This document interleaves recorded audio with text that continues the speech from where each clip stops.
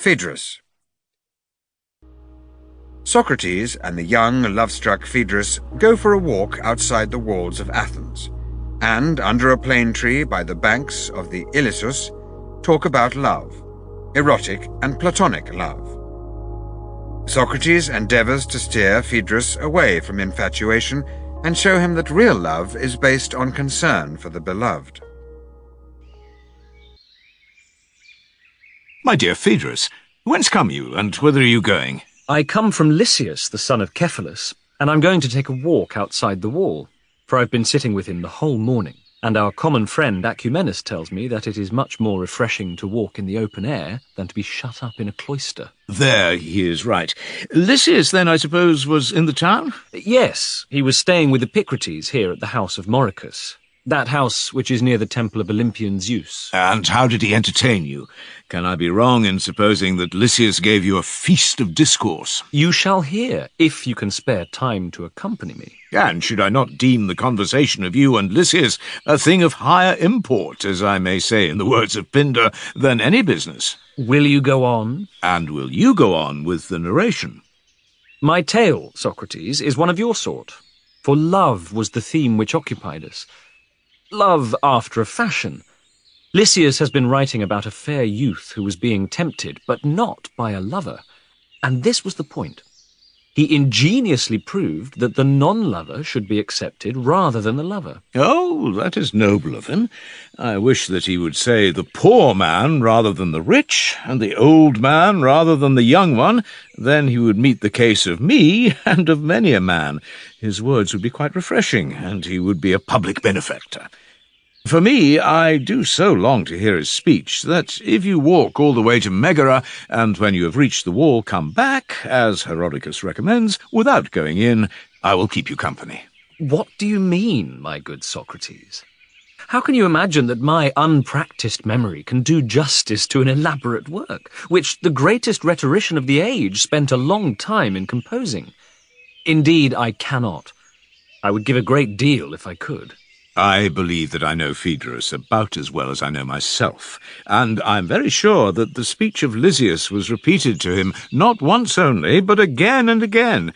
He insisted on hearing it many times over, and Lysias was very willing to gratify him. At last, when nothing else would do, he got hold of the book and looked at what he most wanted to see. This occupied him during the whole morning, and then, when he was tired with sitting, he went out to take a walk, and not until, by the dog, as I believe, he had simply learned by heart the entire discourse, unless it was unusually long, and he went to a place outside the wall that he might practice his lesson.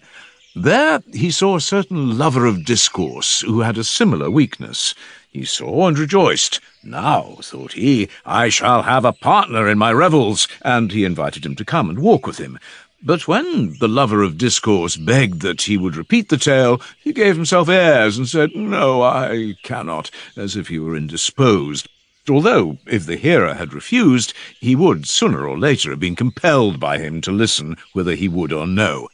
Therefore, Phaedrus bid him do at once what he will soon do, whether bidden or not. I see that you will not let me off until I speak in some fashion or other. Verily, therefore, my best plan is to speak as I best can. A very true remark, that of yours. I will do as I say. But believe me, Socrates, I did not learn the very words. Oh, no. Nevertheless, I have a general notion of what he said, and will give you a summary of the points in which the lover differed from the non-lover.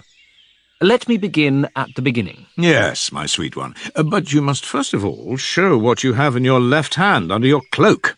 For that roll, as I suspect, is the actual discourse. Now, much as I love you, I would not have you suppose that I am going to have your memory exercised at my expense, if you have Lysias himself here. Enough! I see that I have no hope of practising my art upon you. But if I am to read, where would you please to sit? Let us turn aside and go by the Ilissus. We will sit down at some quiet spot. I'm fortunate in not having my sandals, and as you never have any, I think that we may go along the brook and cool our feet in the water. This will be the easiest way, and at midday and in the summer is far from being unpleasant. Lead on, and look out for a place in which we can sit down. Do you see the tallest plane tree in the distance? Yes. There are shade and gentle breezes, and grass on which we may either sit or lie down. Move forward. I should like to know, Socrates, whether the place is not somewhere here at which Boreas is said to have carried off Erythia from the banks of the Ilissus. Such is the tradition. And is this the exact spot? The little stream is delightfully clear and bright. I can fancy that there might be maidens playing near. I believe that the spot is not exactly here, but about a quarter of a mile lower down, where you cross to the Temple of Artemis. And there is, I think, some sort of an altar of Boreas at the place. I have never noticed it. But I beseech you to tell me, Socrates, do you believe this tale? The wise are doubtful, and I should not be singular if, like them, I too doubted. I might have a rational explanation that Erythia was playing with Pharmacia when a northern gust carried her over the neighbouring rocks, and this being the manner of her death, she was said to have been carried away by Boreas. There is a discrepancy, however, about the locality. According to another version of this story, she was taken from Areopagus, and not from this place. Now, I quite acknowledge that these allegories are very nice, but he is not to be envied who has to invent them. Much labour and ingenuity will be required of him, and when he has once begun, he must go on and rehabilitate hippocentaurs and chimeras dire. Gorgons and winged steeds flow in apace, and numberless other inconceivable and portentous natures. And if he is sceptical about them, and would fain reduce them, one after another, to the rules of probability, this sort of crude philosophy will take up a great deal of time. Now, I have no leisure for such inquiries. Shall I tell you why? I must first know myself, as the Delphian inscription says. To be curious about that which is not my concern, while I am still in ignorance of my own self, would be ridiculous. And therefore I bid farewell to all this. The common opinion is enough for me. For, as I was saying, I want to know not about this, but about myself. Am I a monster more complicated and swollen with passion than the serpent Typho, or a creature of a gentler and simpler sort, to whom nature has given a diviner and lowlier destiny? But let me ask you, friend, have we not reached the plane tree to which you are conducting us? Yes, this is the tree. By here, a fair resting place, full of summer sounds and scents. Here is this lofty and spreading plane tree, and the agnus cast us high and clustering in the fullest blossom and the greatest fragrance. And the stream which flows beneath the plane tree is deliciously cold to the feet. Judging from the ornaments and images, this must be a spot sacred to Achelous and the nymphs. How delightful is the breeze, so very sweet. And there is a sound in the air, shrill and summer-like, which makes answer to the chorus of the cicadae. But the greatest charm of all is the grass, like a pillow gently sloping to the head. My dear Phaedrus, you've been an admirable guide. What an incomprehensible being you are, Socrates. When you are in the country, as you say, you really are like some stranger who is led about by a guide. Do you ever cross the border? I rather think that you never venture even outside the gates. Very true, my good friend, and I hope that you'll excuse me when you hear the reason, which is that I am a lover of knowledge, and the men who dwell in the city are my teachers, and not the trees or the country, though I do indeed believe that you have found a spell with which to draw me out of the city into the country, like a hungry cow before whom a bough or a bunch of fruit is waved. For only hold up before me in like manner a book, and you may lead me all round Attica and over the wide world. And now, having arrived, I intend to lie down. And do you choose any posture in which you can read best? Begin. Listen. You know how matters stand with me, and how, as I conceive, this affair may be arranged for the advantage of both of us. And I maintain that I ought not to fail in my suit because I am not your lover. For lovers repent of the kindnesses which they have shown when their passion ceases. But to the non-lovers who are free and not under any compulsion, no time of repentance ever comes. For they confer their benefits according to the measure of their ability, in the way which is most conducive to their own interest. Then again, lovers consider how by reason of their love they have neglected their own concerns and rendered service to others. And when to these benefits conferred they add on the troubles which they have endured, they think that they have long ago made to the beloved a very ample return. But the non-lover has no such tormenting recollections. He has never neglected his affairs or quarrelled with his relations. He has no troubles to add up or excuses to invent, and being well rid of all these evils, why should he not freely do what will gratify the beloved? If you say that the lover is more to be esteemed because his love is thought to be greater, for he is willing to say and do what is hateful to other men in order to please his beloved, that, if true, is only a proof that he will prefer any future love to his present, and will injure his old love at the pleasure of the new. And how, in a matter of such infinite importance, can a man be right in trusting himself to one who is afflicted with a malady which no experienced person would attempt to cure? For the patient himself admits that he is not in his right mind, and acknowledges that he is wrong in his mind, but says that he is unable to control himself. And if he came to his right mind, would he ever imagine that the desires were good which he conceived when in his wrong mind? Once more, there are many more non-lovers than lovers, and if you choose the best of the lovers, you will not have many to choose from. But if from the non-lovers, the choice will be larger, and you will be far more likely to find among them a person who is worthy of your friendship. If public opinion be your dread, and you would avoid reproach, in all probability the lover, who is always thinking that other men are as emulous of him as he is of them, will boast to someone of his successes, and make a show of them openly in the pride of his heart. He wants others to know that his labour has not been lost. But the non-lover is more his own master, and is desirous of solid good and not of the opinion of mankind. Again, the lover may be generally noted or seen following the beloved. This is his regular occupation. And whenever they are observed to exchange 2 words, they are supposed to meet about some affair of love, either past or in contemplation. But when non-lovers meet, no one asks the reason why, because people know that talking to another is natural, whether friendship or mere pleasure be the motive. Once more, if you fear the fickleness of friendship, consider that in any other case a quarrel might be a mutual calamity. But now, when you have given up what is most precious to you, you will be the greater loser, and therefore you will have more reason in being afraid of the lover, for his vexations are many, and he is always fancying that every one is leagued against him. Wherefore also he debars his beloved from society. He will not have you intimate with the wealthy, lest they should exceed him in wealth, or with men of education, lest they should be his superiors in understanding. And he is equally afraid of anybody's influence who has any other advantage over himself. If he can persuade you to break with them, you are left without a friend in the world. Or if, out of a regard to your own interest, you have more sense than to comply with his desire, you will have to quarrel with him.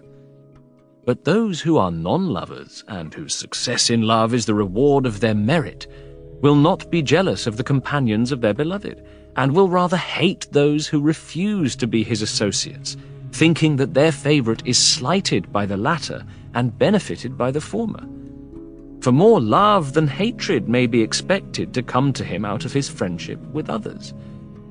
Many lovers, too, have loved the person of a youth before they knew his character or his belongings, so that when their passion has passed away, there is no knowing whether they will continue to be his friends.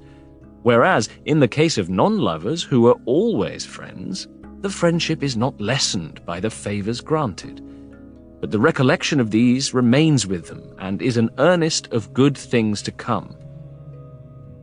Further, I say that you are likely to be improved by me, whereas the lover will spoil you. For they praise your words and actions in a wrong way, partly because they are afraid of offending you, and also their judgment is weakened by passion. Such are the feats which love exhibits. He makes things painful to the disappointed which give no pain to others. He compels the successful lover to praise what ought not to give him pleasure, and therefore the beloved is to be pitied rather than envied. But if you listen to me in the first place, I, in my intercourse with you, shall not merely regard present enjoyment, but also future advantage, being not mastered by love, but my own master, nor for small causes taking violent dislikes, but even when the cause is great, slowly laying up little wrath. Unintentional offences I shall forgive, and intentional ones I shall try to prevent. And these are the marks of a friendship which will last. Do you think that a lover only can be a firm friend? Reflect. If this were true, we should set small value on sons or fathers or mothers, nor should we ever have loyal friends, for our love of them arises not from passion, but from other associations. Further, if we ought to shower favours on those who are the most eager suitors, on that principle we ought always to do good, not to the most virtuous, but to the most needy. For they are the persons who will be most relieved, and will therefore be the most grateful. And when you make a feast, you should invite not your friend, but the beggar and the empty soul, for they will love you and attend you and come about your doors, and will be the best pleased and the most grateful, and will invoke many a blessing on your head. Yet surely you ought not to be granting favours to those who besiege you with prayer, but to those who are best able to reward you, nor to the lover only, but to those who are worthy of love, nor to those who will enjoy the bloom of your youth, but to those who will share their possessions with you in age, nor to those who, having succeeded, will glory in their success to others, but to those who will be modest and tell no tales, nor to those who care about you for a moment only, but to those who will continue your friends through life, nor to those who, when their passion is over, will pick a quarrel with you, but rather to those who, when the charm of youth has left you, will show their own virtue. Remember what I have said, and consider yet this further point. Friends admonish the lover under the idea that his way of life is bad, but no one of his kindred ever yet censured the non-lover, or thought that he was ill-advised about his own interests. Perhaps you will ask me whether I propose that you should indulge every non-lover, to which I reply that not even the lover would advise you to indulge all lovers, for the indiscriminate favour is less esteemed by the rational recipient, and less easily hidden by him who would escape the censure of the world. Now love ought to be for the advantage of both parties, and for the injury of neither. I believe that I have said enough, but if there is anything more which you desire, or which, in your opinion, needs to be supplied, ask, and I will answer. Now, Socrates, what do you think? Is not the discourse excellent, more especially in the matter of the language? Yes, quite admirable.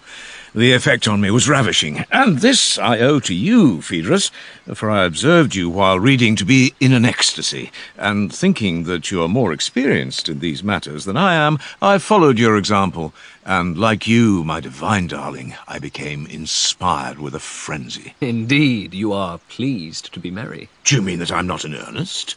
Now, don't talk in that way, Socrates, but let me have your real opinion. I adjure you by Zeus, the god of friendship, to tell me whether you think that any Hellene could have said more or spoken better on the same subject. Well, but are you and I expected to praise the sentiments of the author, or only the clearness and roundness and finish and tournure of the language?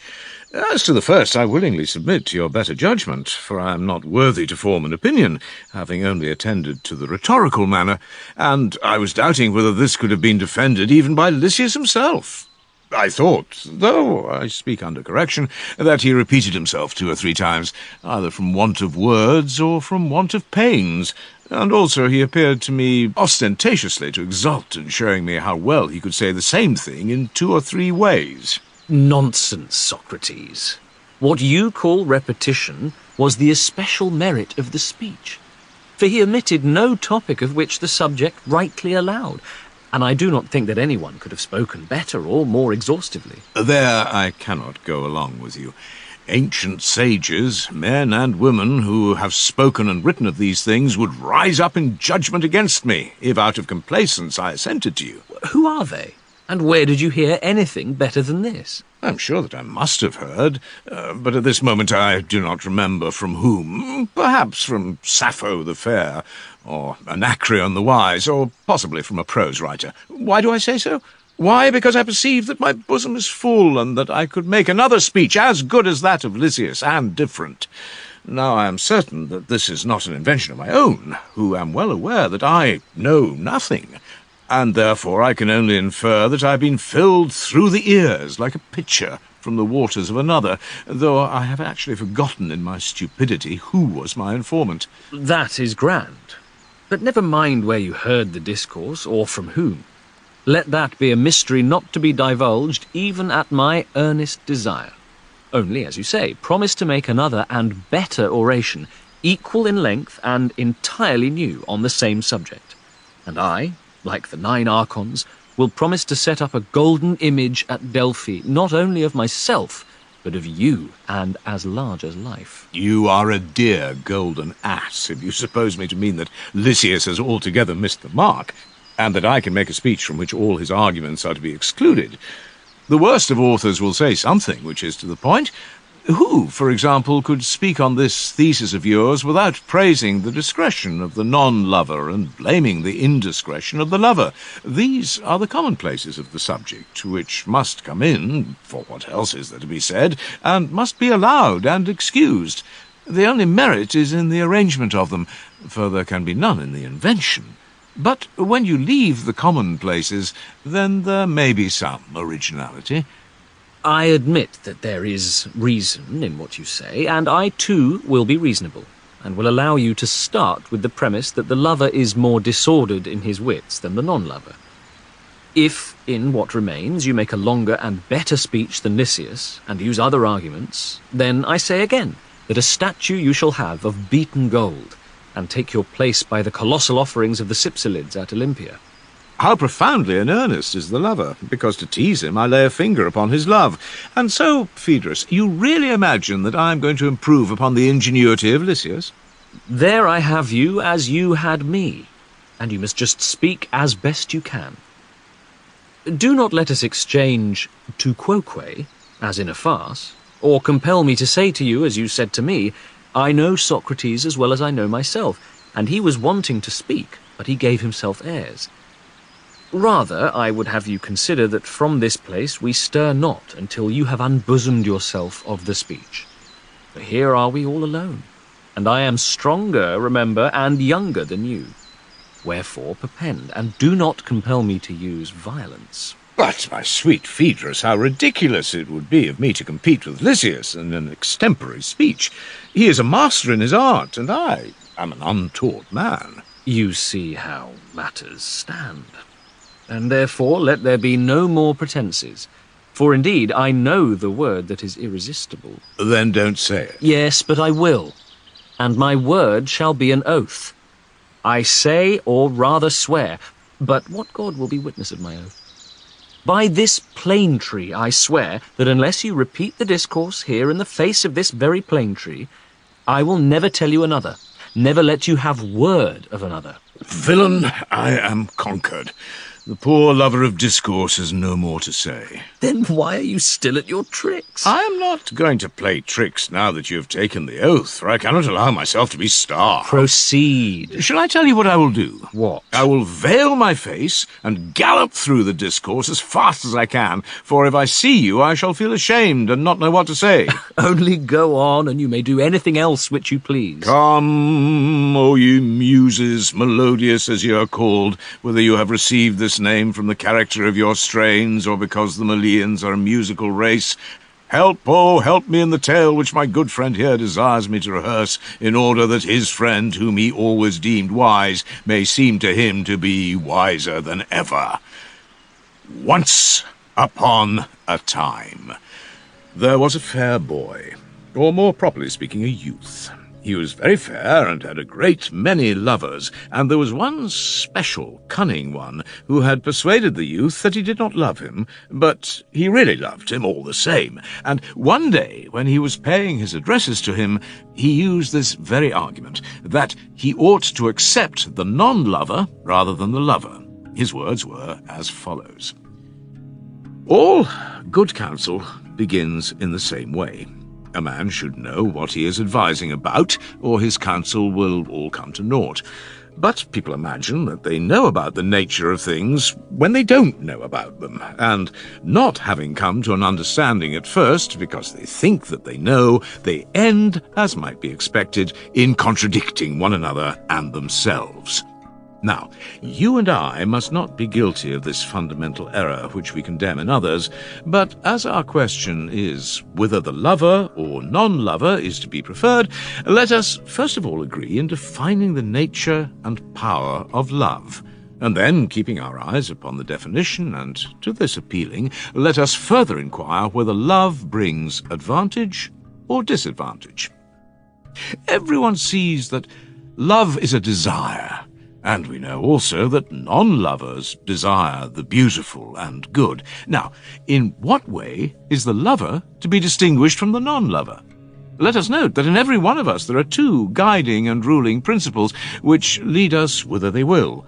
One is the natural desire of pleasure, the other is an acquired opinion which aspires after the best, and these two are sometimes in harmony and then again at war, and sometimes the one, sometimes the other conquers. When opinion, by the help of reason, leads us to the best, the conquering principle is called temperance.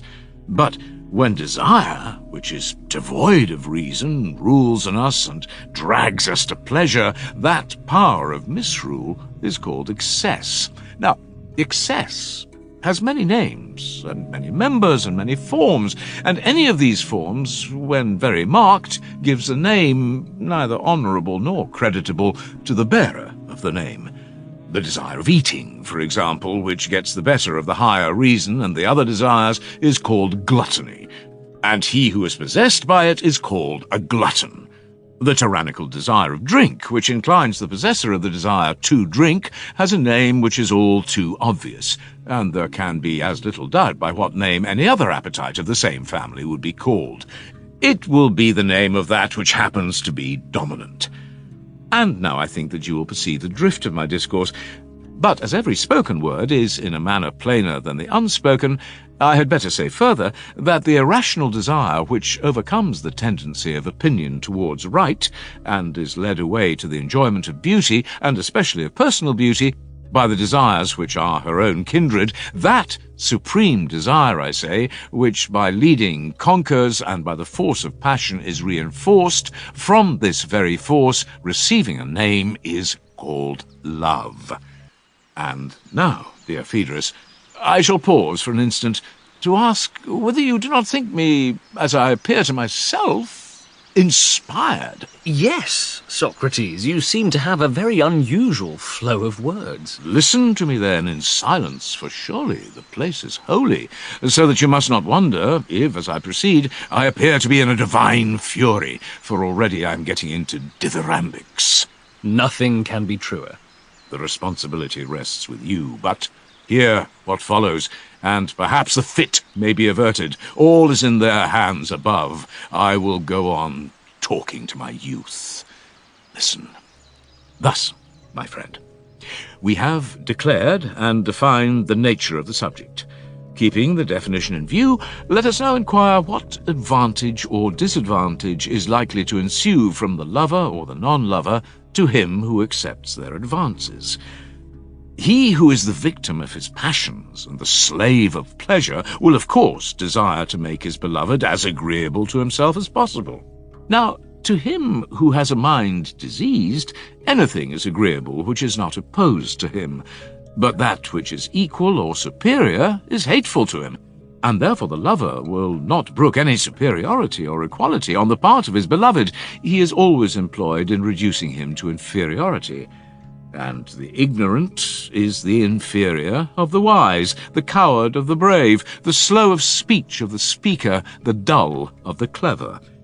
These, and not these only, are the mental defects of the beloved, defects which, when implanted by nature, are necessarily a delight to the lover, and when not implanted, he must contrive to implant them in him, if he would not be deprived of his fleeting joy.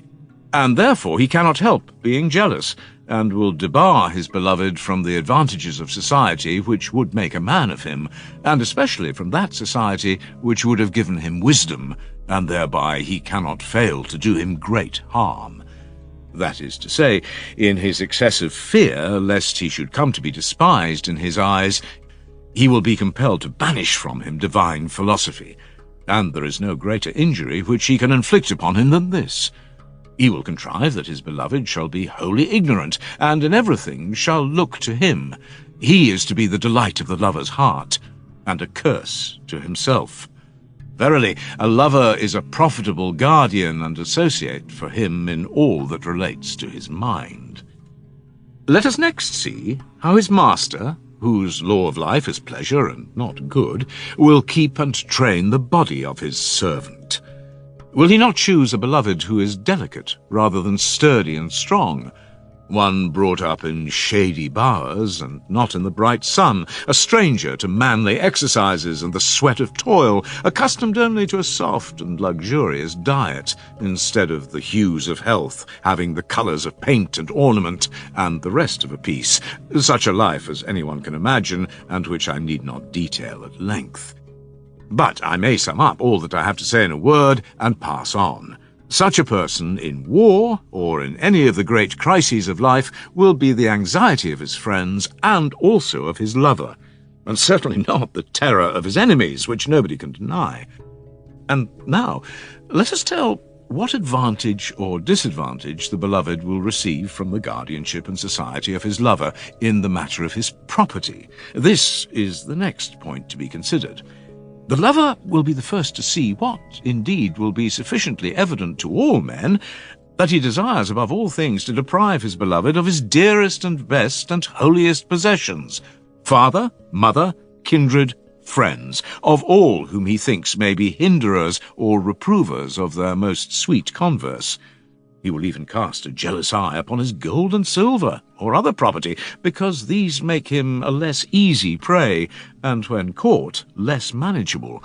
Hence he is of necessity displeased at his possession of them, and rejoices at their loss. And he would like him to be wifeless, childless, homeless as well, and the longer the better, for the longer he is all this, the longer he will enjoy him. There are some sort of animals, such as flatterers, who are dangerous and mischievous enough, and yet nature has mingled a temporary pleasure and grace in their composition. You may say that a courtesan is hurtful and disapproves of such creatures and their practices, and yet, for the time, they are very pleasant. But the lover is not only hurtful to his love, he is also an extremely disagreeable companion. The old proverb says that birds of a feather flock together. I suppose that equality of years inclines them to the same pleasures, and similarity begets friendship, yet you may have more than enough even of this, and verily constraint is always said to be grievous. Now, the lover is not only unlike his beloved, but he forces himself upon him. For he is old, and his love is young, and neither day nor night will he leave him if he can. Necessity and the sting of desire drive him on, and allure him with the pleasure which he receives from seeing, hearing, touching, and perceiving him in every way, and therefore he is delighted to fasten upon him and to minister to him. But what pleasure or consolation can the beloved be receiving all this time? Must he not feel the extremity of disgust when he looks at an old, shriveled face, and the remainder to match, which even in a description is disagreeable, and quite detestable when he is forced into daily contact with his lover? Moreover, he is jealously watched and guarded against everything and everybody, and has to hear misplaced and exaggerated praises of himself, and censures equally inappropriate, which are intolerable when the man is sober, and, besides being intolerable, are published all over the world in all their indelicacy and wearisomeness when he is drunk. And not only while his love continues is he mischievous and unpleasant, but when his love ceases, he becomes a perfidious enemy of him on whom he showered his oaths and prayers and promises, and yet could hardly prevail upon him to tolerate the tedium of his company, even from motives of interest. The hour of payment arrives, and now he is the servant of another master. Instead of love and infatuation, wisdom and temperance are his bosom's lords, but the beloved has not discovered the change which has taken place in him. When he asks for a return and recalls to his recollection former sayings and doings, he believes himself to be speaking to the same person, and the other, not having the courage to confess the truth, and not knowing how to fulfill the oaths and promises which he made when under the dominion of folly, and having now grown wise and temperate, does not want to do as he did, or to be as he was before, and so he runs away, and is constrained to be a defaulter. The oyster shell has fallen with the other side uppermost.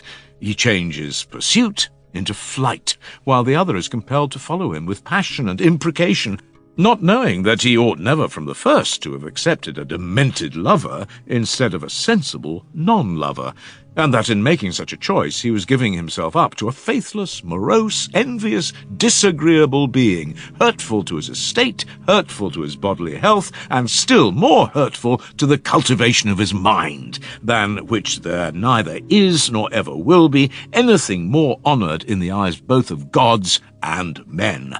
Consider this, fair youth, and know that in the friendship of the lover there is no real kindness. He has an appetite, and wants to feed upon you. As wolves love lambs, so lovers love their loves. But I told you so. I am speaking in verse, and therefore I had better make an end. Enough. I thought that you were only halfway, and were going to make a similar speech about all the advantages of accepting the non-lover. I do not proceed. Does not your simplicity observe that I have got out of dithyrhambics into heroics, when only uttering a censure on the lover? And if I am to add the praises of the non-lover, what will become of me? Do you not perceive that I am already overtaken by the nymphs to whom you have mischievously exposed me? And therefore I will only add that the non-lover has all the advantages in which the lover is accused of being deficient. And now I will say no more. There has been enough of both of them. Leaving the tale to its fate, I will cross the river and make the best of my way home, lest a worse thing be inflicted upon me by you. Not yet, Socrates. Not until the heat of the day has passed.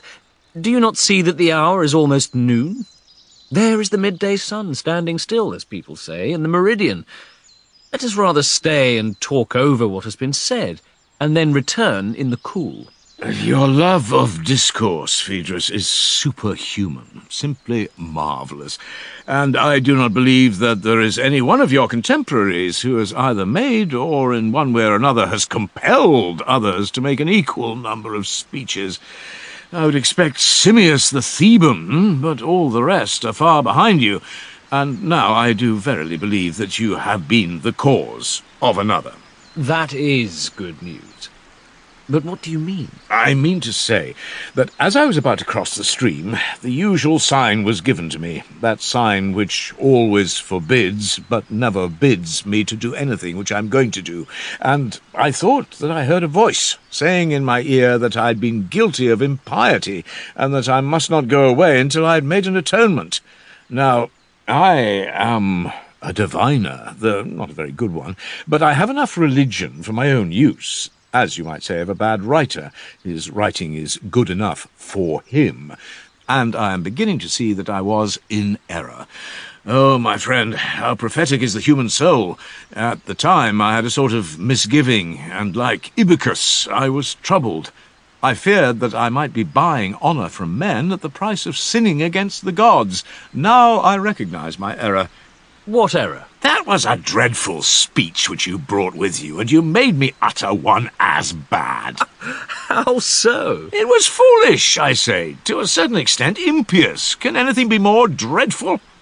Nothing, if the speech was really such as you describe. Well, and is not Eros the son of Aphrodite and a god? So men say. But that was not acknowledged by Lysias in his speech, nor by you in that other speech which you by a charm drew from my lips. If love be, as he surely is, a divinity, he cannot be evil, yet this was the error of both the speeches. There was also a simplicity about them which was refreshing, having no truth or honesty in them. Nevertheless, they pretended to be something, hoping to succeed in deceiving the mannikins of earth and gain celebrity among them. Wherefore I must have a purgation. And I bethink me of an ancient purgation of mythological error which was devised not by Homer, for he never had the wit to discover why he was blind, but by Stesichorus, who was a philosopher, and knew the reason why. And therefore, when he lost his eyes, for that was the penalty which was inflicted upon him for reviling the lovely Helen, he at once purged himself, and the purgation was a recantation, which began thus. False is that word of mine. The truth is that thou didst not embark in ships, nor ever go to the walls of Troy. And when he had completed his poem, which is called The Recantation, immediately his sight returned to him. Now, I will be wiser than either Stesichorus or Homer, in that I am going to make my recantation for reviling love before I suffer. And this I will attempt, not as before, veiled and ashamed, but with forehead bold and bare. Nothing could be more agreeable to me than to hear you say so. Only think, my good Phaedrus, what an utter want of delicacy was shown in the two discourses. I mean in my own, and in that which you recited out of the book. Would not anyone who was himself of a noble and gentle nature, and who loved or ever had loved a nature like his own, when we tell of the petty causes of lovers' jealousies, and of their exceeding animosities, and of the injuries which they do to their beloved, have imagined that our ideas of love were taken from some haunt of sailors, to which good manners were unknown, he would certainly never have admitted to the justice of our censure. I dare say not, Socrates. Therefore, because I blush at the thought of this person, and also because I am afraid of love himself, I desire to wash the brine out of my ears with water from the spring.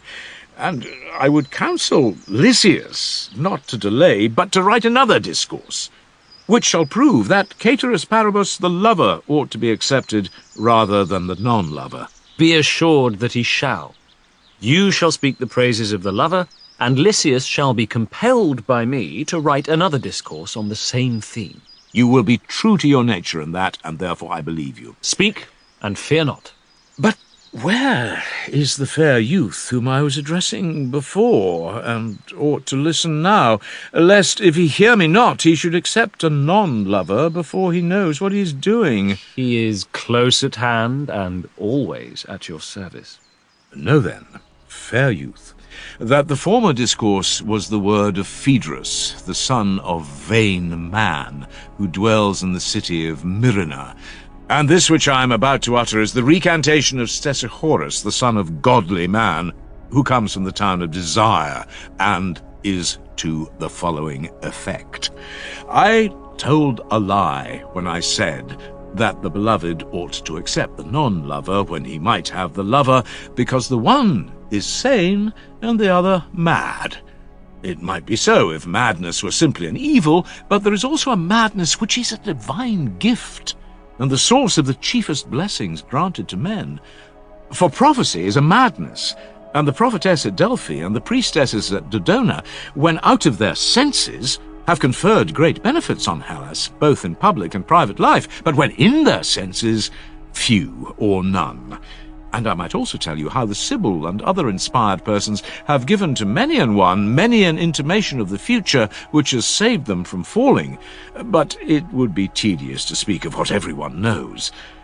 There will be more reason in appealing to the ancient inventors of names, who would never have connected prophecy, mantike, which foretells the future and is the noblest of arts, with madness, manike, or called them both by the same name, if they had deemed madness to be a disgrace or dishonor.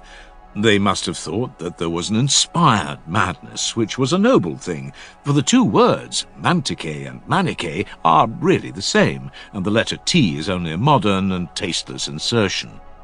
And this is confirmed by the name which was given by them to the rational investigation of futurity, whether made by the help of birds or of other signs. This, forasmuch as it is an art which supplies from the reasoning faculty mind, nous, and information, historia, to human thought, oesis, they originally termed oinoistike, but the word has been lately altered and made sonorous by the modern introduction of the letter omega, oinoistike and oinistike, and in proportion prophecy, mantike, is more perfect and august than augury, both in name and fact, in the same proportion, as the ancients testify, is madness superior to a sane mind, sophrosune, for the one is only of human, but the other of divine origin. Again, where plagues and mightiest woes have bred in certain families, owing to some ancient blood guiltiness, their madness has entered with holy prayers and rites, and by inspired utterances found a way of deliverance for those who are in need. And he who has part in this gift, and is truly possessed and duly out of his mind, is, by the use of purifications and mysteries, made whole and exempt from evil, future as well as present, and has a release from the calamity which was afflicting him. The third kind is the madness of those who are possessed by the Muses, which, taking hold of a delicate and virgin soul and their inspiring frenzy, awakens lyrical and all other numbers, with these adorning the myriad actions of ancient heroes for the instruction of posterity.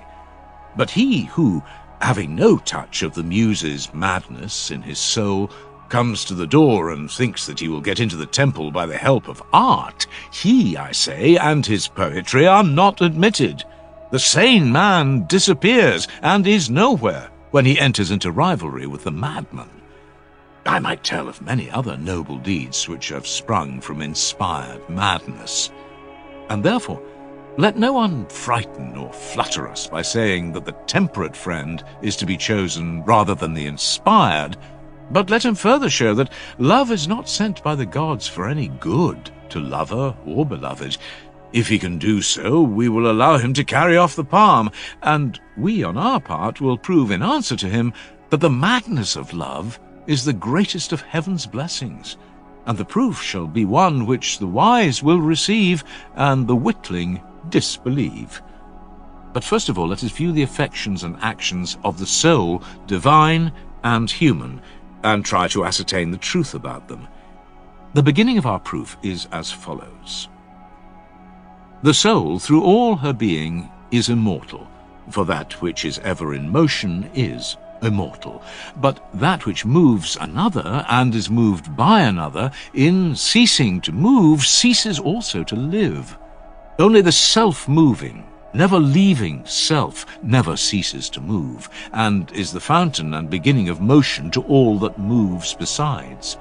Now, the beginning is unbegotten, for that which is begotten has a beginning, but the beginning is begotten of nothing. For if it were begotten of something, then the begotten would not come from a beginning. But if unbegotten, it must also be indestructible. For if beginning were destroyed, there could be no beginning out of anything, nor anything out of a beginning, and all things must have a beginning. And therefore the self-moving is the beginning of motion, and this can neither be destroyed nor begotten, else the whole heavens and all creation would collapse and stand still, and never again have motion or birth. But if the self-moving is proved to be immortal, he who affirms that self-motion is the very idea and essence of the soul will not be put to confusion. For the body which is moved from without is soulless, but that which is moved from within has a soul, for such is the nature of the soul. But if this be true, must not the soul be the self-moving, and therefore of necessity unbegotten and immortal? Enough of the soul's immortality. Of the nature of the soul, though her true form be ever a theme of large and more than mortal discourse, let me speak briefly and in a figure. And let the figure be composite, a pair of winged horses and a charioteer. Now, the winged horses and the charioteers of the gods are all of them noble and of noble descent, but those of other races are mixed. The human charioteer drives his in a pair, and one of them is noble and of noble breed, and the other is ignoble and of ignoble breed, and the driving of them, of necessity, gives a great deal of trouble to him. I will endeavour to explain to you in what way the mortal differs from the immortal creature. The soul in her totality has the care of inanimate being everywhere, and traverses the whole heaven in divers forms appearing. When perfect and fully winged, she soars upward and orders the whole world, whereas the imperfect soul, losing her wings and drooping in her flight, at last settles on the solid ground. There, finding a home, she receives an earthly frame which appears to be self-moved, but is really moved by her power. And this composition of soul and body is called a living and mortal creature. For immortal no such union can be reasonably believed to be, although fancy, not having seen nor surely known the nature of God, may imagine an immortal creature having both a body and also a soul, which are united throughout all time. Let that, however, be as God wills, and be spoken of acceptably to him. And now let us ask the reason why the soul loses her wings. The wing is the corporeal element which is most akin to the divine, and which by nature tends to soar aloft and carry that which gravitates downwards into the upper region, which is the habitation of the gods.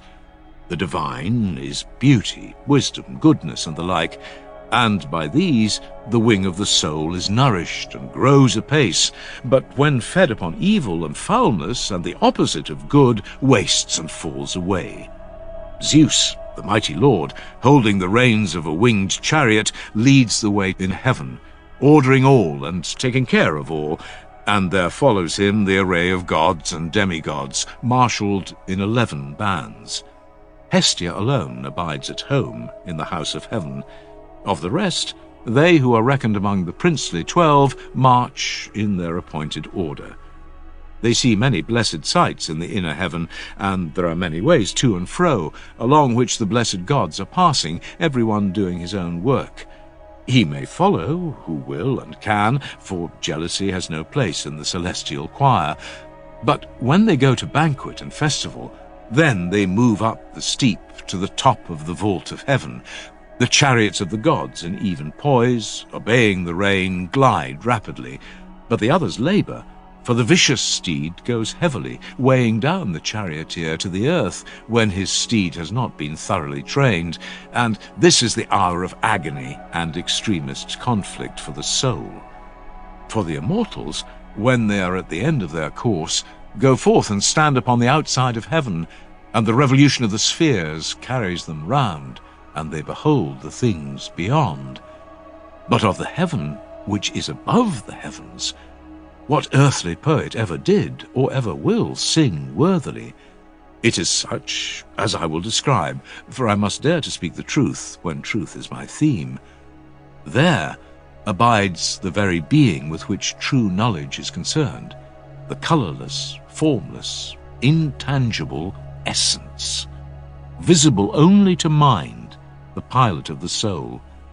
The divine intelligence, being nurtured upon mind and pure knowledge, and the intelligence of every soul which is capable of receiving the food proper to it, rejoices at beholding reality, and once more, gazing upon truth, is replenished and made glad, until the revolution of the worlds brings her round again to the same place. In the revolution, she beholds justice and temperance, and knowledge absolute, not in the form of generation or of relation, which men call existence, but knowledge absolute in existence absolute. And beholding the other true existences in like manner, and feasting upon them, she passes down into the interior of the heavens, and returns home. And there the charioteer, putting up his horses at the stall, gives them ambrosia to eat and nectar to drink. Such is the life of the gods. But of other souls, that which follows God best and is likest to him lifts the head of the charioteer into the outer world and is carried round in the revolution, troubled indeed by the steeds and with difficulty beholding true being, while another only rises and falls and sees and again fails to see by reason of the unruliness of the steeds. The rest of the souls are also longing after the upper world, and they all follow, but not being strong enough, they are carried round below the surface, plunging, treading on one another, each striving to be first, and there is confusion and perspiration and the extremity of effort, and many of them are lamed or have their wings broken through the ill driving of the charioteers, and all of them, after a fruitless toil, not having attained to the mysteries of true being, go away and feed upon opinion. The reason why the souls exhibit this exceeding eagerness to behold the plain of truth is that pasturage is found there, which is suited to the highest part of the soul, and the wing on which the soul soars is nourished with this. And there is a law of destiny, that the soul which attains any vision of truth in company with a god is preserved from harm until the next period, and if attaining always, is always unharmed. But when she is unable to follow and fails to behold the truth, and through some ill hap sinks beneath the double load of forgetfulness and vice, and her wings fall from her and she drops to the ground, then the law ordains that this soul shall at her first birth pass, not into any other animal, but only into man. And the soul which has seen most of truth shall come to the birth as a philosopher, or artist, or some musical and loving nature. That which has seen truth in the second degree shall be some righteous king or warrior chief. The soul which is of the third class shall be a politician, or economist, or trader. The fourth shall be a lover of gymnastic toils, or a physician. The fifth shall lead the life of a prophet, or hierophant. To the sixth, the character of poet, or some other imitative artist will be assigned. To the seventh, the life of an artisan or husbandman. To the eighth, that of a sophist or demagogue. To the ninth, that of a tyrant. All these are states of probation, in which he who does righteously improves, and he who does unrighteously deteriorates his lot.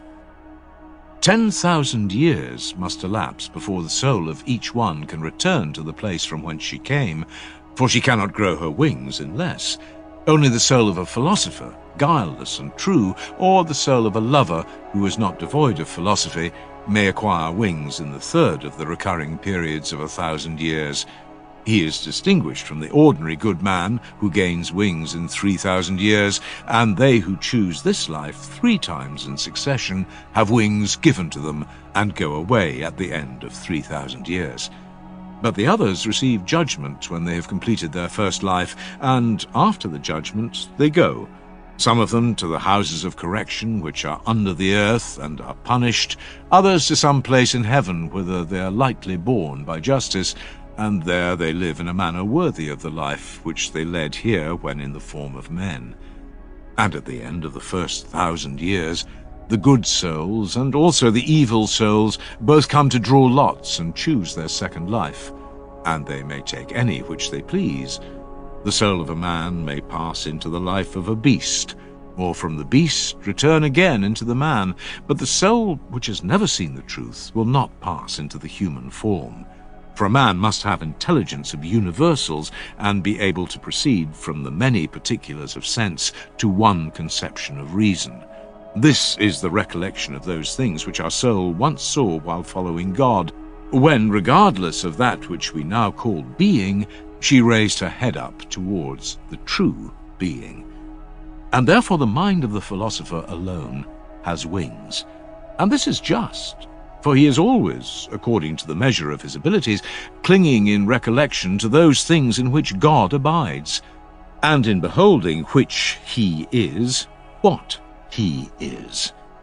And he who employs aright these memories is ever being initiated into perfect mysteries, and alone becomes truly perfect.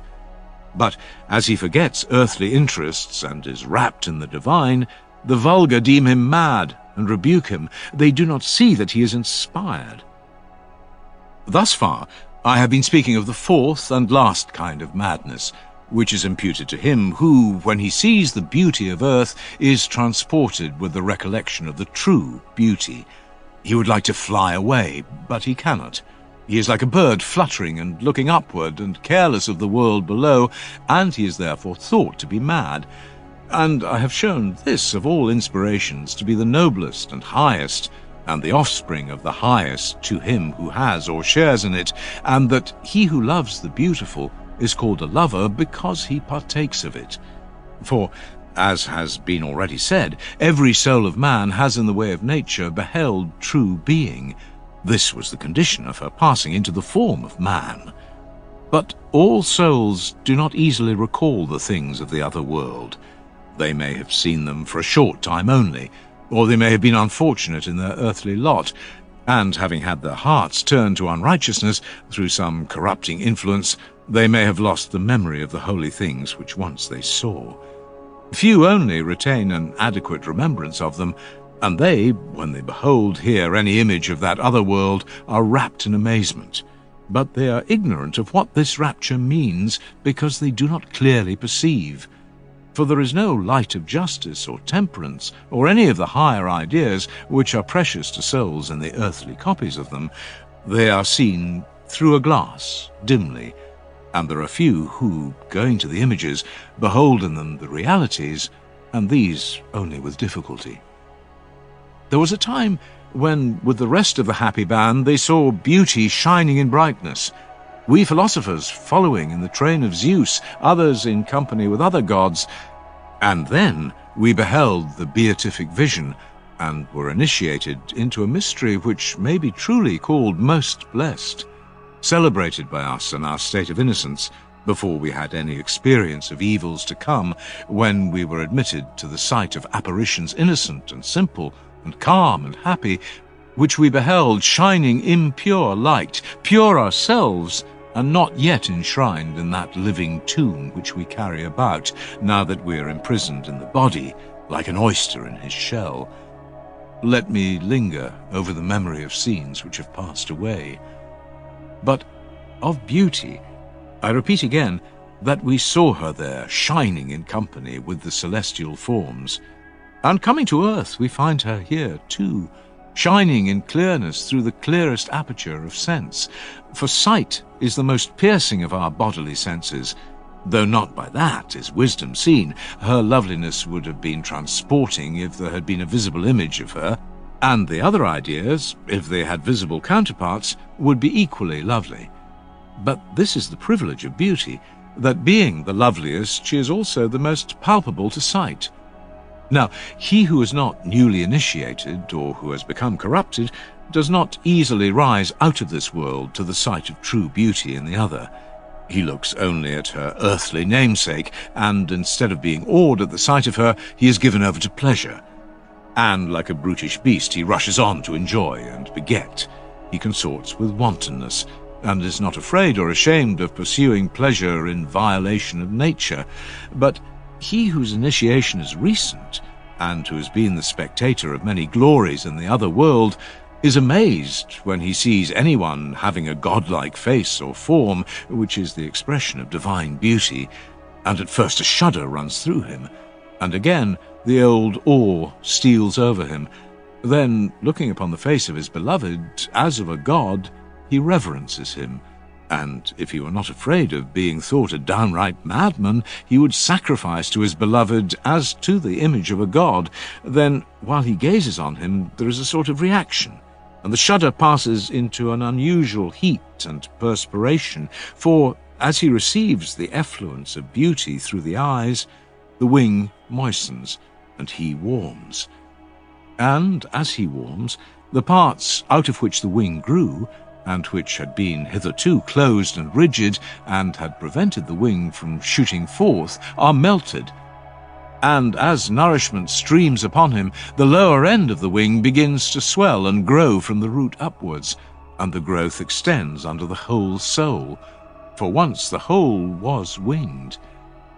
During this process, the whole soul is all in a state of ebullition and effervescence, which may be compared to the irritation and uneasiness in the gums at the time of cutting teeth, bubbles up and has a feeling of uneasiness and tickling. But when, in like manner, the soul is beginning to grow wings, the beauty of the beloved meets her eye, and she receives the sensible, warm motion of particles which flow towards her, therefore called emotion, emeros, and is refreshed and warmed by them, and then she ceases from her pain with joy.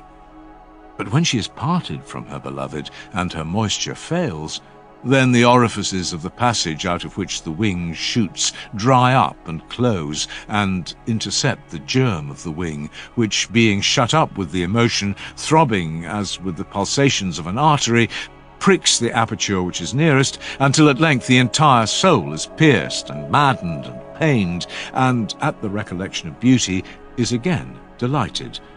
And from both of them together the soul is oppressed at the strangeness of her condition, and is in a great state and excitement, and in her madness can neither sleep by night nor abide in her place by day.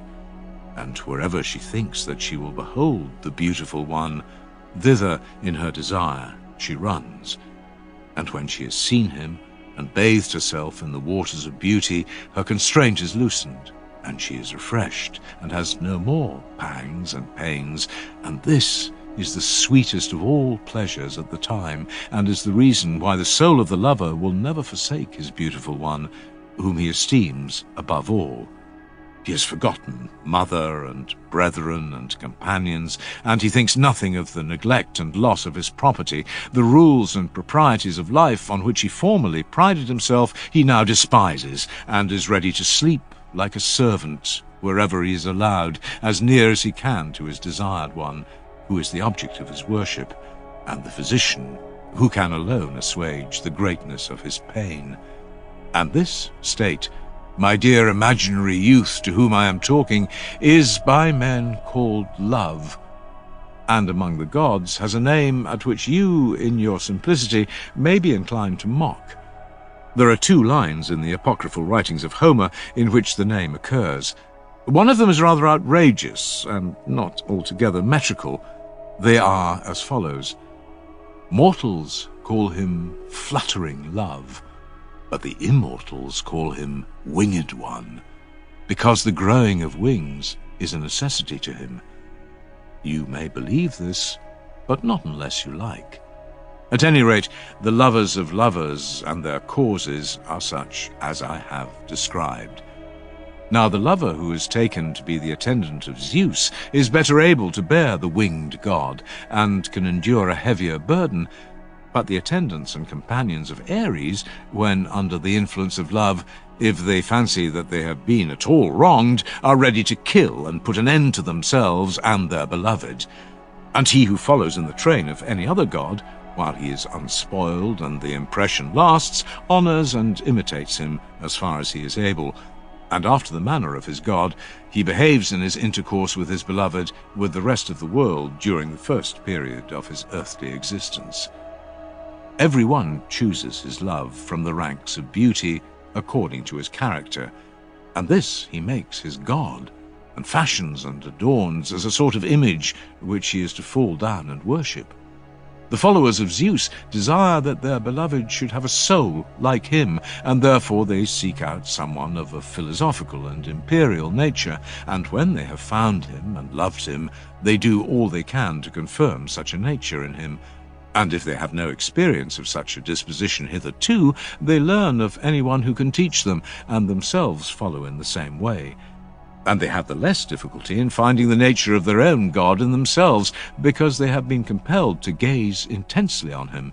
Their recollection clings to him, and they become possessed of him, and receive from him their character and disposition, so far as man can participate in God. The qualities of their god they attribute to the beloved, wherefore they love him all the more, and if, like the Bacchic nymphs, they draw inspiration from Zeus, they pour out their own fountain upon him, wanting to make him as like as possible to their own god. But those who are the followers of Hera seek a royal love, and when they have found him, they do just the same with him. And in like manner the followers of Apollo and of every other god, walking in the ways of their god, seek a love who is to be made like him whom they serve, and when they have found him, they themselves imitate their god, and persuade their love to do the same, and educate him into the manner and nature of the god as far as they each can. For no feelings of envy or jealousy are entertained by them towards their beloved, but they do their utmost to create in him the greatest likeness of themselves and of the god whom they honor. Thus fair and blissful to the beloved is the desire of the inspired lover, and the initiation of which I speak into the mysteries of true love, if he be captured by the lover and their purpose is effected. Now, the beloved is taken captive in the following manner. As I said at the beginning of this tale, I divided each soul into three, 2 horses and a charioteer, and one of the horses was good and the other bad. The division may remain, but I have not yet explained in what the goodness or badness of either consists, and to that I will now proceed. The right-hand horse is upright and cleanly made.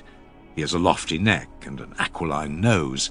His colour is white and his eyes dark. He is a lover of honour and modesty and temperance, and the follower of true glory. He needs no touch of the whip, but is guided by word and admonition only. The other is a crooked, lumbering animal, put together anyhow. He has a short, thick neck. He is flat-faced and of a dark colour, with grey eyes and blood-red complexion. The mate of insolence and pride, shag-eared and deaf, hardly yielding to whip and spur.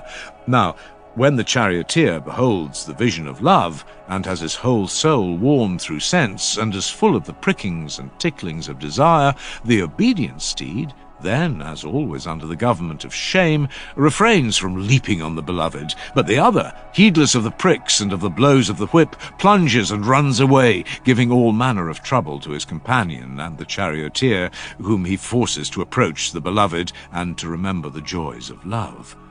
They at first indignantly oppose him, and will not be urged on to do terrible and unlawful deeds, but at last, when he persists in plaguing them, they yield and agree to do as he bids them. And now they are at the spot, and behold the flashing beauty of the beloved, which, when the charioteer sees, his memory is carried to the true beauty, whom he beholds in company with modesty, like an image placed upon a holy pedestal.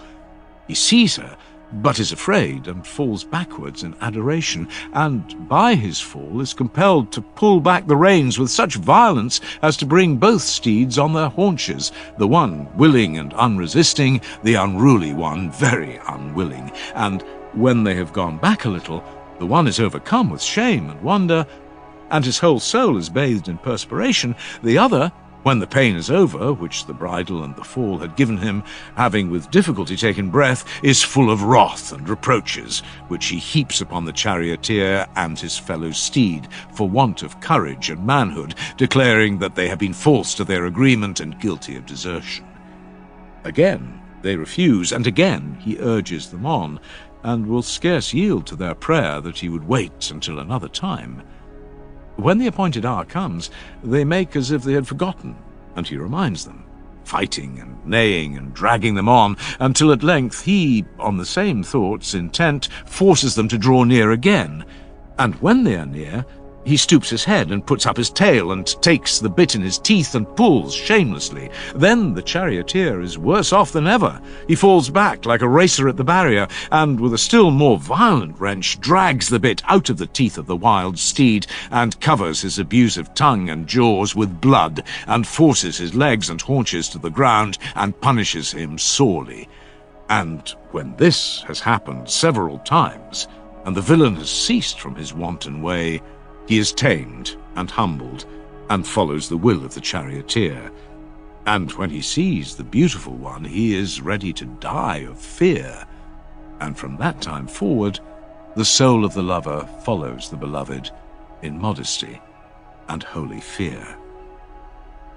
And so the beloved, who like a god has received every true and loyal service from his lover, not in pretense but in reality, being also himself of a nature friendly to his admirer, if in former days he has blushed to own his own passion and turned away his lover because his youthful companions or others slanderously told him that he would be disgraced, now, as years advance, at the appointed age and time, is led to receive him into communion.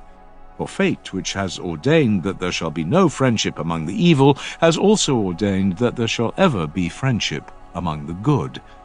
And the beloved, when he has received him into communion and intimacy, is quite amazed at the goodwill of the lover. He recognizes that the inspired friend is worth all other friends or kinsmen. They have nothing of friendship in them worthy to be compared with his. And when this feeling continues, and he is nearer to him and embraces him, in gymnastic exercises and at other times of meeting, then the fountain of that stream, which Zeus, when he was in love with Ganymede, named Desire, overflows upon the lover, and some enters into his soul, and some, when he is filled, flows out again, and as a breeze or an echo rebounds from the smooth rocks and returns whence it came, so does the stream of beauty, passing through the eyes, which are the windows of the soul, come back to the beautiful one, there arriving and quickening the passages of the wings, watering them and inclining them to grow, and filling the soul of the beloved also with love. And thus he loves, but he knows not what. He does not understand and cannot explain his own state. He appears to have caught the infection of blindness from another. The lover is his mirror, in whom he is beholding himself, but he is not aware of this. When he is with the lover, both cease from their pain, but when he is away, then he longs as he is longed for, and has love's image, love for love, anteros, lodging in his breast, which he calls and believes to be not love but friendship only, and his desire is as the desire of the other, but weaker. He wants to see him, touch him, kiss him, embrace him, and probably not long afterwards his desire is accomplished. When they meet, the wanton steed of the lover has a word to say to the charioteer. He would like to have a little pleasure in return for many pains, but the wanton steed of the beloved says not a word, for he is bursting with passion which he understands not. He throws his arms round the lover and embraces him as his dearest friend.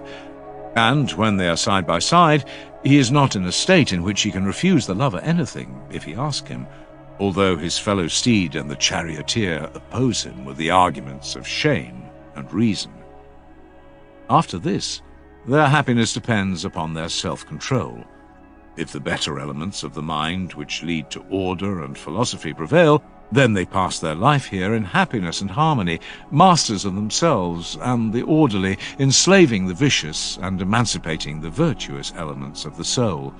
And when the end comes, they are light and winged for flight, having conquered in one of the three heavenly or truly Olympian victories. Nor can human discipline or divine inspiration confer any greater blessing on man than this. If, on the other hand, they leave philosophy and lead the lower life of ambition, then, probably after wine or in some other careless hour, the two wanton animals take the two souls when off their guard and bring them together, and they accomplish that desire of their hearts which to the many is bliss. And this having once enjoyed, they continue to enjoy, yet rarely because they have not the approval of the whole soul. They too are dear, but not so dear to one another as the others, either at the time of their love or afterwards. They consider that they have given and taken from each other the most sacred pledges, and they may not break them and fall into enmity. At last they pass out of the body, unwinged but eager to soar, and thus obtain no mean reward of love and madness. For those who have once begun the heavenward pilgrimage may not go down again to darkness and the journey beneath the earth, but they live in light always, happy companions in their pilgrimage, and when the time comes at which they receive their wings, they have the same plumage because of their love. Thus great are the heavenly blessings which the friendship of a lover will confer upon you, my youth, whereas the attachment of a non-lover, which is alloyed with a worldly prudence, and has worldly and niggardly ways of doling out benefits, will breed in your soul those vulgar qualities which the populace applaud, will send you bowling round the earth during a period of 9,000 years, and leave you a fool in the world below. And thus, dear Eros, I have made and paid my recantation, as well and as fairly as I could, more especially in the matter of the poetical figures which I was compelled to use, because Phaedrus would have them. And now forgive the past, and accept the present, and be gracious and merciful to me, and do not in thine anger deprive me of sight, or take from me the art of love which thou hast given me, but grant that I may be yet more esteemed in the eyes of the fair. And if Phaedrus, or I myself, said anything rude in our first speeches, blame Lysias, who is the father of the brat, and let us have no more of his progeny. Bid him study philosophy, like his brother Polemarchus, and then his lover Phaedrus will no longer halt between two opinions, but will dedicate himself wholly to love and to philosophical discourses. I join in the prayer with you, Socrates, and say with you, if this be for my good, may your words come to pass. But why did you make your second oration so much finer than the first? I wonder why. And I begin to be afraid that I shall lose conceit of Lysias, and that he will appear tame in comparison, even if he be willing to put another as fine and as long as yours into the field, which I doubt. For quite lately, one of your politicians was abusing him on this very account, and called him a speech-writer again and again, so that a feeling of pride may probably induce him to give up writing speeches. What a very amusing notion. But I think, my young man, that you are much mistaken in your friend if you imagine that he is frightened at a little noise, and possibly you think that his assailant was in earnest? I thought, Socrates, that he was. And you are aware that the greatest and most influential statesmen are ashamed of writing speeches and leaving them in a written form, lest they should be called sophists by posterity. You seem to be unconscious, Phaedrus, that the sweet elbow of the proverb is really the long arm of the Nile, and you appear to be equally unaware of the fact that this sweet elbow of theirs is also a long arm, for there is nothing of which our great politicians are so fond as of writing speeches and bequeathing them to posterity, and they add their admirers' names at the top of the writing out of gratitude to them. What do you mean? I do not understand. Why, do you not know that when a politician writes, he begins with the names of his approvers? How so? Why, he begins in this manner: be it enacted by the Senate, the people, or both, on the motion of a certain person who is our author. And so, putting on a serious face, he proceeds to display his own wisdom to his admirers in what is often a long and tedious composition. Now, what is that sort of thing but a regular piece of authorship? True. And if the law is finally approved, then the author leaves the theatre in high delight. But if the law is rejected, and he is done out of his speech-making, and not thought good enough to write, then he and his party are in mourning. Very true. So far are they from despising, or rather so highly do they value the practice of writing. No doubt. And when the king or orator has the power, as Lycurgus or Solon or Darius had, of attaining an immortality or authorship in a state, is he not thought by posterity, when they see his compositions, and does he not think himself, while he is yet alive, to be a god? Very true. Then do you think that any one of this class, however ill-disposed, would reproach Lysias with being an author? Not upon your view, for according to you, he would be casting a slur upon his own favourite pursuit. Anyone may see that there is no disgrace in the mere fact of writing. Certainly not. The disgrace begins when a man writes not well, but badly. Clearly. And what is well and what is badly, need we ask Lysias or any other poet or orator who ever wrote or will write either a political or any other work, in metre or out of metre, poet or prose writer, to teach us this? Need we? For what should a man live, if not for the pleasures of discourse?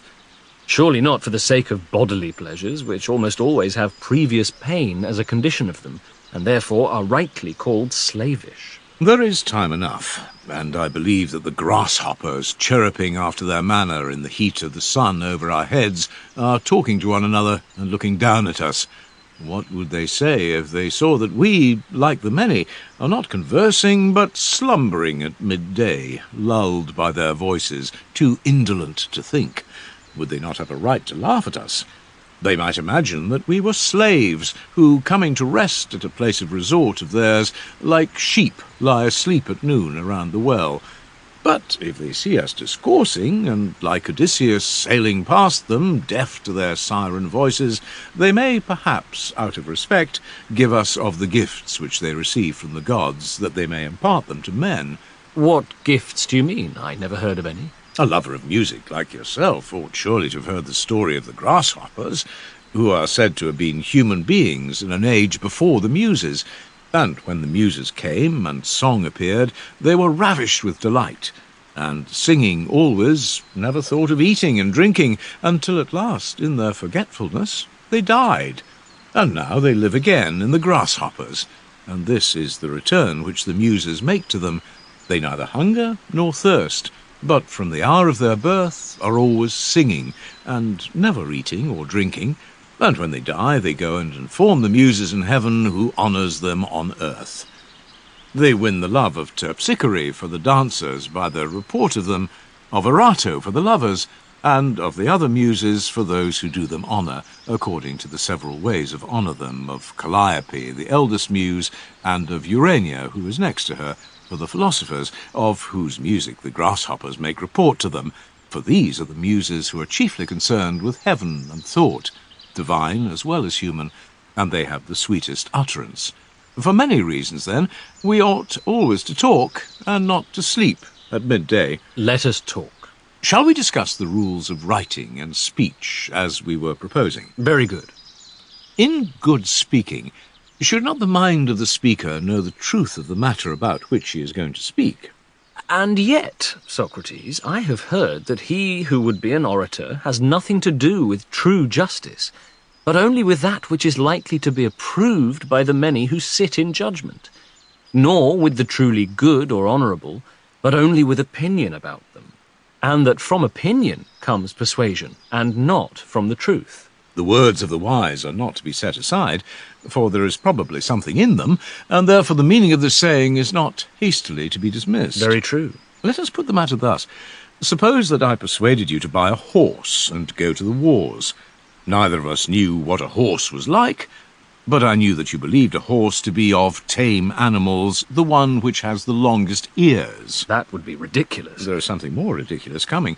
Suppose, further, that in sober earnest I, having persuaded you of this, went and composed a speech in honour of an ass, whom I entitled a horse, beginning, "A noble animal and a most useful possession, especially in war, and you may get on his back and fight, and he will carry baggage or anything." How ridiculous. Ridiculous, yes, but is not even a ridiculous friend better than a cunning enemy? Certainly. And when the orator, instead of putting an ass in the place of a horse, puts good for evil, being himself as ignorant of their true nature as the city on which he imposes is ignorant, and having studied the notions of the multitude, falsely persuades them not about the shadow of an ass, which he confounds with a horse, but about good, which he confounds with evil, what will be the harvest which rhetoric will be likely to gather after the sowing of that seed? The reverse of good.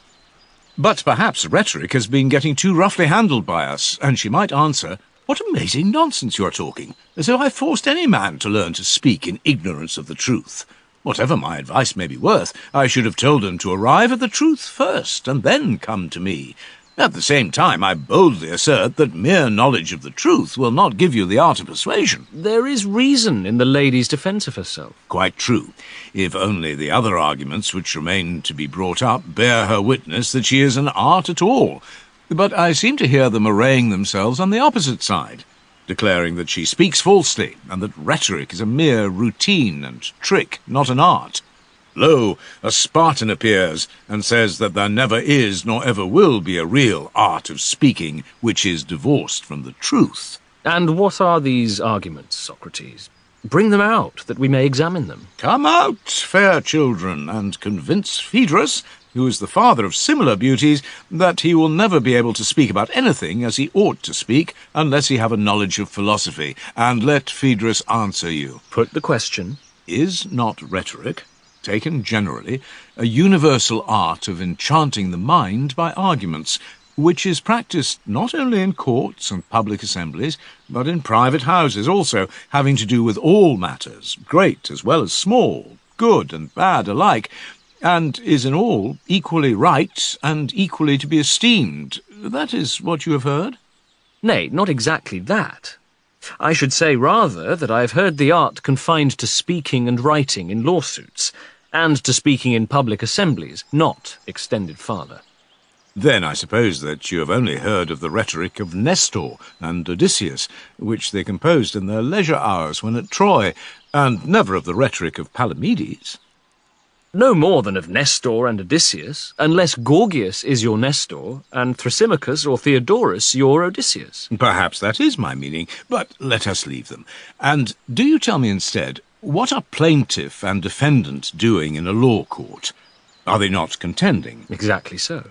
About the just and unjust, that is the matter in dispute. Yes. And a professor of the art will make the same thing appear to the same persons to be at one time just, at another time, if he is so inclined, to be unjust. Exactly. And when he speaks in the assembly, he will make the same things seem good to the city at one time, and at another time the reverse of good. That is true.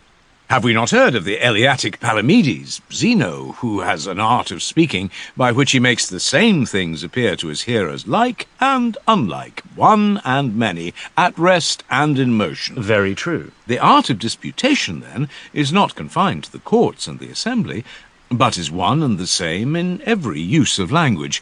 This is the art, if there be such an art, which is able to find a likeness of everything to which a likeness can be found, and draws into the light of day the likenesses and disguises which are used by others. How do you mean? Let me put the matter thus. When will there be more chance of deception? When the difference is large or small? When the difference is small. And you will be less likely to be discovered in passing by degrees into the other extreme than when you go all at once. Of course. He then, who would deceive others and not be deceived, must exactly know the real likenesses and differences of things. He must. And if he is ignorant of the true nature of any subject, how can he detect the greater or less degree of likeness in other things to that of which by the hypothesis he is ignorant? He cannot. And when men are deceived, and their notions are at variance with realities, it is clear that the error slips in through resemblances. Yes, that is the way. Then he who would be a master of the art must understand the real nature of everything, or he will never know either how to make the gradual departure from truth into the opposite of truth, which is effected by the help of resemblances, or how to avoid it. He will not. He then, who being ignorant of the truth aims at appearances, will only attain an art of rhetoric which is ridiculous and is not an art at all. That may be expected. Shall I propose that we look at examples of art and want of art, according to our notion of them, in the speech of Lysias, which you have in your hand, and in my own speech? Nothing could be better. And indeed, I think that our previous argument has been too abstract and wanting in illustrations. Yes, and the two speeches happen to afford a very good example of the way in which the speaker who knows the truth may, without any serious purpose, steal away the hearts of his hearers. This piece of good fortune I attribute to the local deities, and perhaps the prophets of the Muses, who are singing over our heads, may have imparted their inspiration to me, for I do not imagine that I have any rhetorical art of my own. Granted, if you will only please to get on. Suppose that you read me the first words of Lysias' speech. You know how matters stand with me, and how, as I conceive, they might be arranged for our common interest, and I maintain that I ought not to fail in my suit because I am not your lover. For lovers repent— Enough! Now, shall I point out the rhetorical error of those words? Yes. Everyone is aware that about some things we are agreed, whereas about other things we differ. I think that I understand you, but will you explain yourself? When anyone speaks of iron and silver, is not the same thing present in the minds of all? Certainly. But when anyone speaks of justice and goodness, we part company and are at odds with one another and with ourselves. Precisely. Then in some things we agree, but not in others. That is true. In which are we more likely to be deceived, and in which has rhetoric the greater power? Clearly in the uncertain class. Then the rhetorician ought to make a regular division, and acquire a distinct notion of both classes, as well as that in which the many err, as of that in which they do not err. He who made such a distinction would have an excellent principle. Yes, and in the next place he must have a keen eye for the observation of particulars in speaking, and not make a mistake about the class to which they are to be referred. Certainly. Now, to which class does love belong? To the debatable, or to the undisputed class? To the debatable, clearly. For if not, do you think that love would have allowed you to say, as you did, that he is an evil both to the lover and the beloved, and also the greatest possible good? Capital. But will you tell me whether I defined love at the beginning of my speech? For, having been in an ecstasy, I cannot well remember. Yes, indeed. That you did, and no mistake. Then I perceive that the nymphs of Achelous and Pan, the son of Hermes, who inspired me, were far better rhetoricians than Lysias, the son of Cephalus. Alas, how inferior to them he is! But perhaps I am mistaken, and Lysias, at the commencement of his lover's speech, did insist on our supposing love to be something or other, which he fancied him to be, and according to this model he fashioned and framed the remainder of his discourse. Suppose we read his beginning over again. If you please, but you will not find what you want. Read, that I may have his exact words. You know how matters stand with me, and how, as I conceive, they might be arranged for our common interest. And I maintain I ought not to fail in my suit, because I am not your lover. For lovers repent of the kindnesses which they have shown when their love is over. Here he appears to have done just the reverse of what he ought. For he has begun at the end, and is swimming on his back through the flood to the place of starting. His address to the fair youth begins where the lover would have ended. Am I not right, sweet Phaedrus? Yes, indeed, Socrates. He does begin at the end. Then, as to the other topics, are they not thrown down anyhow? Is there any principle in them? Why should the next topic follow next in order, or any other topic? I cannot help fancying, in my ignorance, that he wrote off boldly just what came into his head. But I dare say that you would recognize a rhetorical necessity in the succession of the several parts of the composition. You have too good an opinion of me if you think that I have any such insight into his principles of composition. At any rate, you will allow that every discourse ought to be a living creature, having a body of its own and a head and feet. There should be a middle, beginning and end, adapted to one another and to the whole. Certainly. Can this be said of the discourse of Lysias? See whether you can find any more connection in his words than in the epitaph which is said by some to have been inscribed on the grave of Midas the Phrygian. What is there remarkable in the epitaph? It is as follows. I am a maiden of bronze, and lie in the tomb of Midas. So long as water flows and tall trees grow, so long here on this spot, by his sad tomb abiding, I shall declare to passers-by that Midas sleeps below. Now, in this rhyme, whether a line comes first or comes last, as you will perceive, makes no difference. You are making fun of that oration of ours. Well, I will say no more about your friend's speech, lest I should give offence to you, although I think that it might furnish many other examples of what a man ought rather to avoid. But I will proceed to the other speech, which, as I think, is also suggestive to students of rhetoric. In what way? The two speeches, as you may remember, were unlike. The one argued that the lover, and the other that the non-lover ought to be accepted. And right manfully. You should say madly, and madness was the argument of them, for, as I said, love is a madness. Yes. And of madness there were two kinds. One produced by human infirmity, the other was a divine release of the soul from the yoke of custom and convention. True. The divine madness was subdivided into four kinds: prophetic, initiatory, poetic, erotic, having four gods presiding over them. The first was the inspiration of Apollo, the second that of Dionysus, the third that of the Muses, the fourth that of Aphrodite and Eros. In the description of the last kind of madness, which was also said to be the best, we spoke of the affection of love in a figure, into which we introduced a tolerably credible and possibly true, though partly erring, myth, which was also a hymn in honour of love, who is your lord, and also mine, Phaedrus, and the guardian of fair children. And to him we sung the hymn in measured and solemn strain. I know that I had great pleasure in listening to you. Let us take this instance, and note how the transition was made from blame to praise. What do you mean? I mean to say that the composition was mostly playful. Yet in these chance fancies of the hour were involved two principles, of which we should be too glad to have a clearer description, if art could give us one. What are they? First, the comprehension of scattered particulars in one idea, as in our definition of love, which, whether true or false, clearly gave clearness and consistency to the discourse. The speaker should define his several notions and so make his meaning clear. What is the other principle, Socrates? The second principle is that of division into species according to the natural formation, where the joint is, not breaking any part as a bad carver might.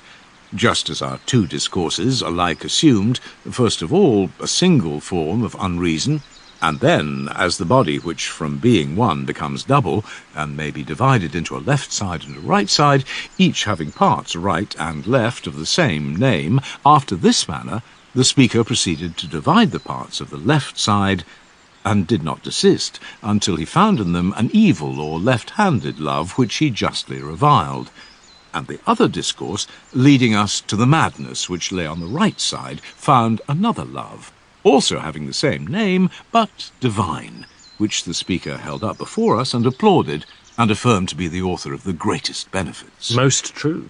I am myself a great lover of these processes of division and generalization. They help me to speak and to think. And if I find any man who is able to see a one and many in nature, him I follow, and walk in his footsteps as if he were a god.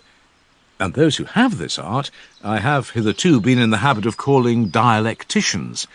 But God knows whether the name is right or not, and I should like to know what name you would give to your or to Lysias's disciples, and whether this may not be that famous art of rhetoric which Thrasymachus and others teach and practice. Skilful speakers they are, and impart their skill to any who is willing to make kings of them and to bring gifts to them. Yes, they are royal men. But their art is not the same with the art of those whom you call, and rightly in my opinion, dialecticians. Still we are in the dark about rhetoric. What do you mean? The remains of it, if there be anything remaining which can be brought under rules of art, must be a fine thing, and at any rate is not to be despised by you and me. But how much is left? There is a great deal, surely, to be found in books of rhetoric. Yes, thank you for reminding me. There is the exordium, showing how the speech should begin, if I remember rightly. That is what you mean, the niceties of the art? Yes. Then follows the statement of facts, and upon that witnesses. Thirdly, proofs. Fourthly, probabilities are to come. The great Byzantine word-maker also speaks, if I am not mistaken, of confirmation and further confirmation. You mean the excellent Theodorus? Yes, and he tells how refutation or further refutation is to be managed, whether in accusation or defence.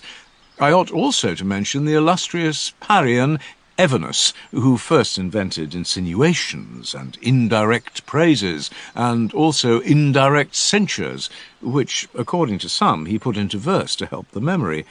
But shall I to dumb forgetfulness consign Tisias and Gorgias, who are not ignorant that probability is superior to truth, and who by force of argument make the little appear great, and the great little, disguise the new in old fashions, and the old in new fashions, and have discovered forms for everything, either short or going on to infinity.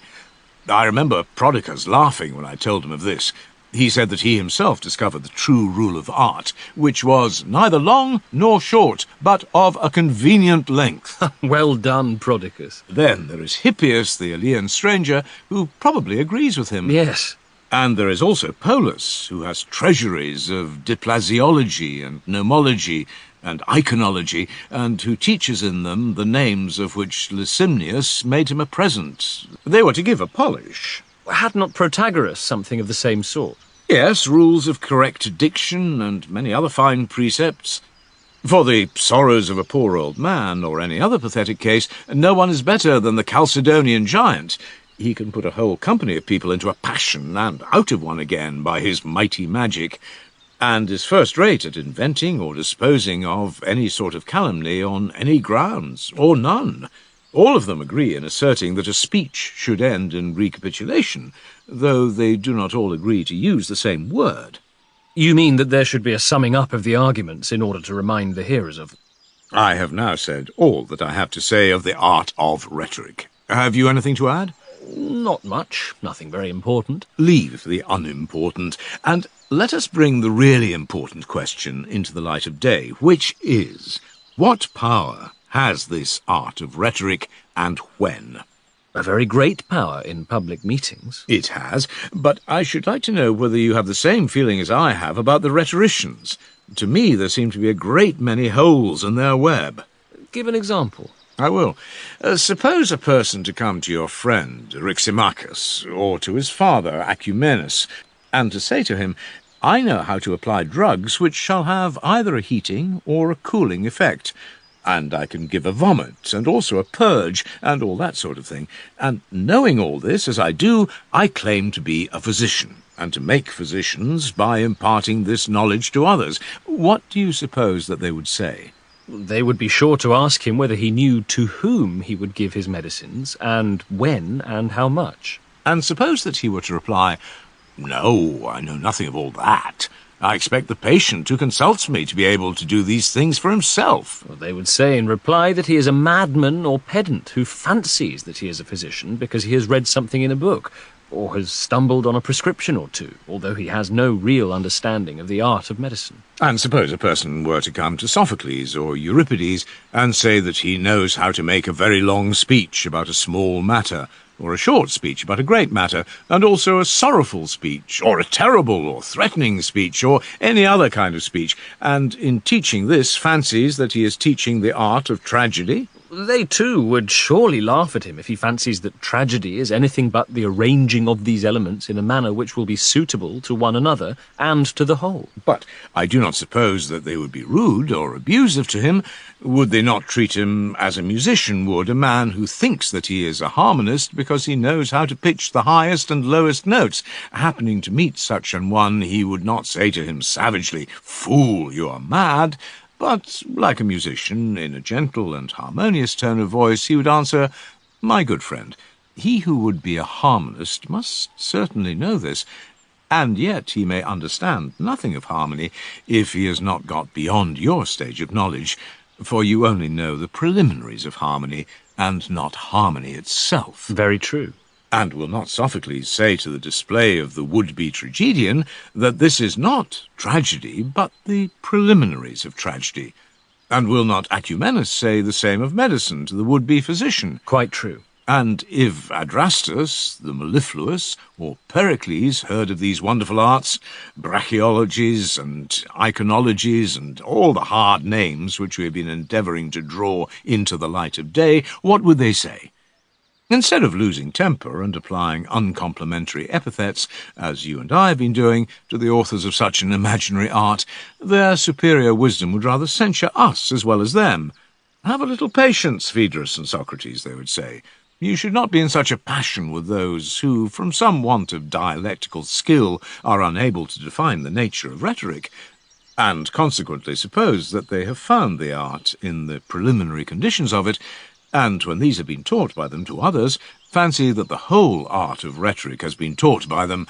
But as to using the several instruments of the art effectively, or making the composition a whole, an application of it such as this is, they regard as an easy thing, which their disciples may make for themselves.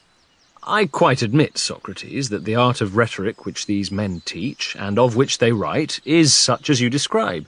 There I agree with you. But I still want to know where and how the true art of rhetoric and persuasion is to be acquired.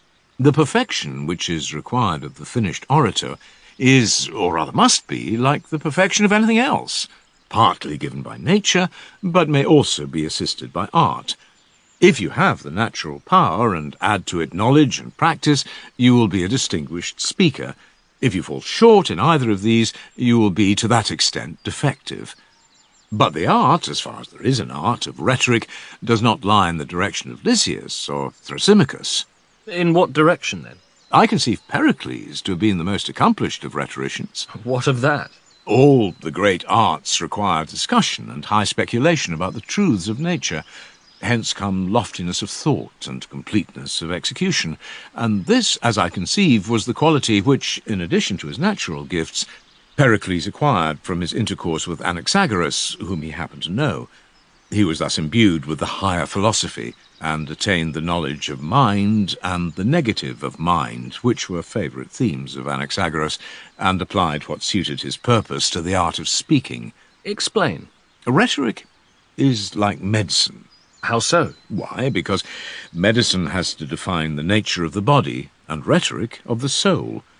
If we would proceed, not empirically, but scientifically, in the one case to impart health and strength by giving medicine and food, in the other to implant the conviction or virtue which you desire by the right application of words and training. There, Socrates, I suspect that you are right. And you think that you can know the nature of the soul intelligently without knowing the nature of the whole? Hippocrates the Asclepiad says that the nature even of the body can only be understood as a whole. Yes, friend, and he was right. Still, we ought not to be content with the name of Hippocrates, but to examine and see whether his argument agrees with his conception of nature. I agree. Then consider what truth, as well as Hippocrates, says about this or about any other nature.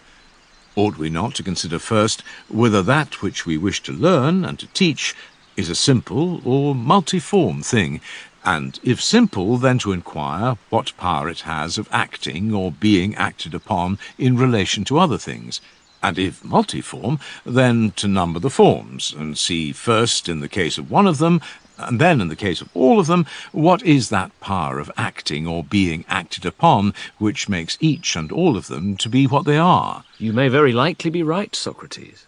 The method which proceeds without analysis is like the groping of a blind man. Yet surely he who is an artist ought not to admit of a comparison with the blind or deaf. The rhetorician who teaches his pupil to speak scientifically will practically set forth the nature of that being to which he addresses his speeches, and this, I conceive, to be the soul. Certainly. His whole effect is directed to the soul, for in that he seeks to produce conviction. Yes.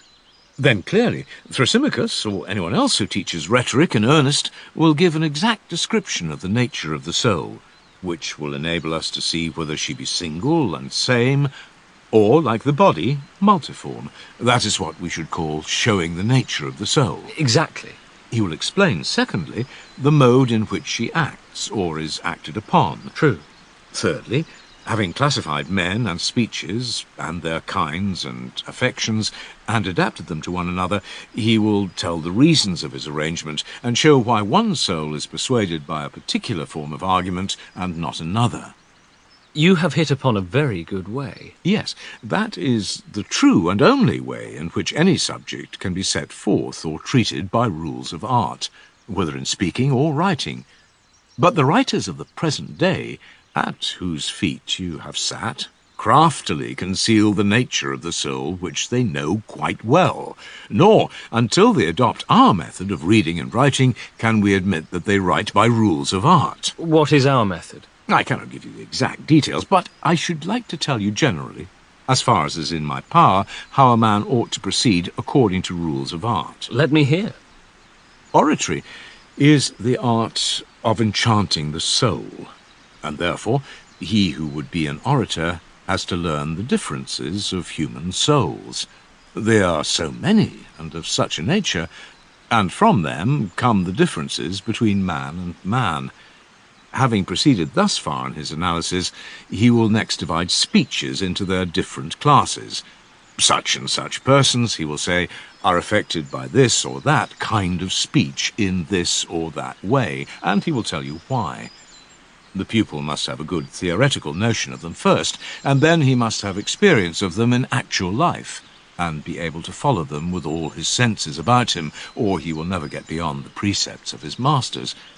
But when he understands what persons are persuaded by what arguments, and sees the person about whom he was speaking in the abstract actually before him, and knows that it is he, and can say to himself, this is the man, or this is the character who ought to have a certain argument applied to him in order to convince him of a certain opinion, he who knows all this, and knows also when he should speak and when he should refrain, and when he should use pithy sayings, pathetic appeals, sensational effects, and all the other modes of speech which he has learned, when, I say, he knows the times and seasons of all these things, then, and not till then, he is a perfect master of his art. But if he fail in any of these points, whether in speaking or teaching or writing them, and yet declares that he speaks by rules of art, he who says, I don't believe you, has the better of him. Well, the teacher will say, is this, Phaedrus and Socrates, your account of the so-called art of rhetoric, or am I to look for another? He must take this, Socrates, for there is no possibility of another. And yet the creation of such an art is not easy. Very true, and therefore let us consider this matter in every light, and see whether we cannot find a shorter and easier road. There is no use in taking a long, rough, roundabout way if there be a shorter and easier one. And I wish that you would try and remember whether you have heard from Lysias or anyone else anything which might be of service to us. If trying would avail, then I might. But at the moment I can think of nothing. Suppose I tell you something which somebody who knows told me. Certainly. May not the wolf, as the proverb says, claim a hearing? Say what can be said for him. He will argue that it is no use in putting a solemn face on these matters, or in going round and round until you arrive at first principles. For, as I said at first, when the question is of justice and good, or is a question in which men are concerned who are just and good, either by nature or habit, he who would be a skilful rhetorician has no need of truth, for that in courts of law men literally care nothing about truth, but only about conviction, and this is based on probability, to which he who would be a skilful orator should therefore give his whole attention. And they say also that there are cases in which the actual facts, if they are improbable, ought to be withheld, and only the probability should be told either in accusation or defence, and that always in speaking the orator should keep probability in view and say goodbye to the truth. And the observance of this principle throughout a speech furnishes the whole art. That is what the professors of rhetoric do actually say, Socrates. I have not forgotten that we have quite briefly touched upon this matter already. With them, the point is all important. I dare say that you are familiar with Tisias. Does he not define probability to be that which the many think? Certainly he does. I believe that he has a clever and ingenious case of this sort. He supposes a feeble and valiant man to have assaulted a strong and cowardly one, and to have robbed him of his coat or of something or other. He is brought into court, and then Tisias says that both parties should tell lies. The coward should say that he was assaulted by more men than one. The other should prove that they were alone, and should argue thus: how could a weak man like me have assaulted a strong man like him? The complainant will not like to confess his own cowardice, and will therefore invent some other lie which his adversary will thus gain an opportunity of refuting. And there are other devices of the same kind which have a place in the system. Am I not right, Phaedrus? Certainly. Bless me, what a wonderfully mysterious art is this which Tisias, or some other gentleman, in whatever name or country he rejoices, has discovered. Shall we say a word to him or not? What shall we say to him? Let us tell him that, before he appeared, you and I were saying that the probability of which he speaks was engendered in the minds of the many by the likeness of the truth. And we had just been affirming that he who knew the truth would always know best how to discover the resemblances of the truth. If he has anything else to say about the art of speaking, we should like to hear him. But if not, we are satisfied with our own view, that unless a man estimates the various characters of his hearers, and is able to divide all things into classes, and to comprehend them under single ideas, he will never be a skilful rhetorician, even within the limits of human power. and this skill he will not attain without a great deal of trouble, which a good man ought to undergo, not for the sake of speaking and acting before men, but in order that he may be able to say what is acceptable to God, and always to act acceptably to him, as far as in him lies. For there is a saying of wiser men than ourselves, that a man of sense should not try to please his fellow servants.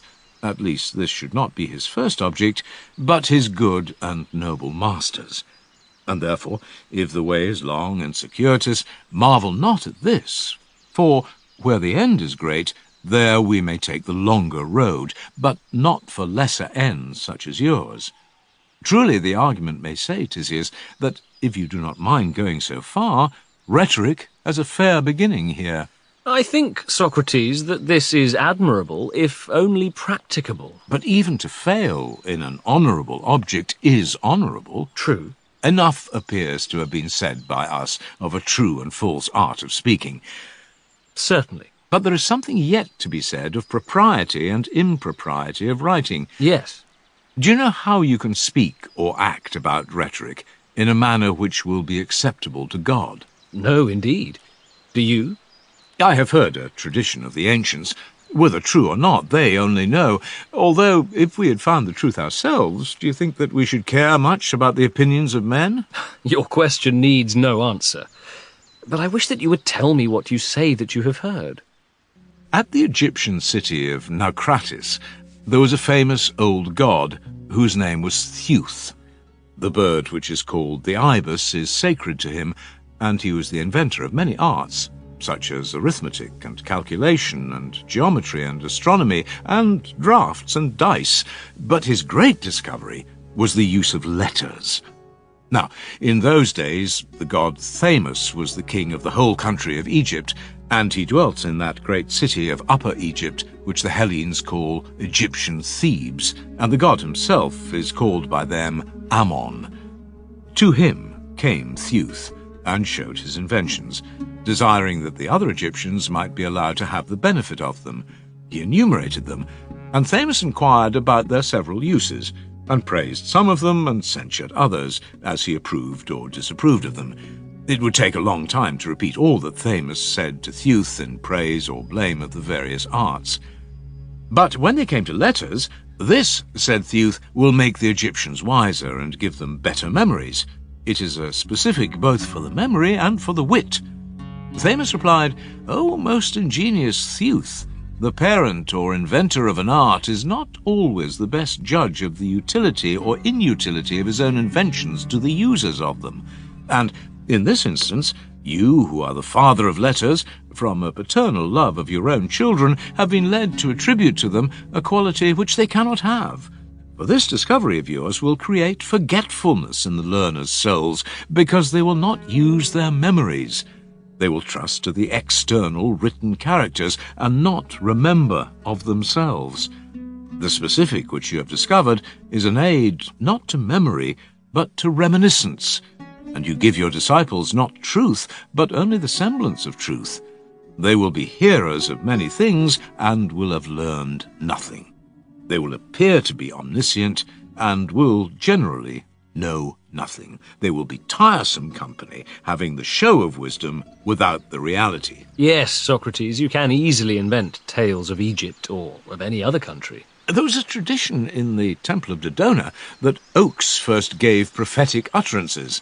The men of old, unlike in their simplicity to young philosophy, deemed that if they heard the truth, even from oak or rock, it was enough for them, whereas you seem to consider not whether a thing is or is not true, but who the speaker is and from what country the tale comes. I acknowledge the justice of your rebuke, and I think that the Theban is right in his view about letters. He would be a very simple person, and quite a stranger to the oracles of Thamus or Ammon, who should leave in writing or receive in writing any art under the idea that the written word would be intelligible or certain, or who deemed that writing was at all better than knowledge and recollection of the same matters. That is most true. I cannot help feeling, Phaedrus, that writing is unfortunately like painting, for the creations of the painter have the attitude of life, and yet if you ask them a question, they preserve a solemn silence.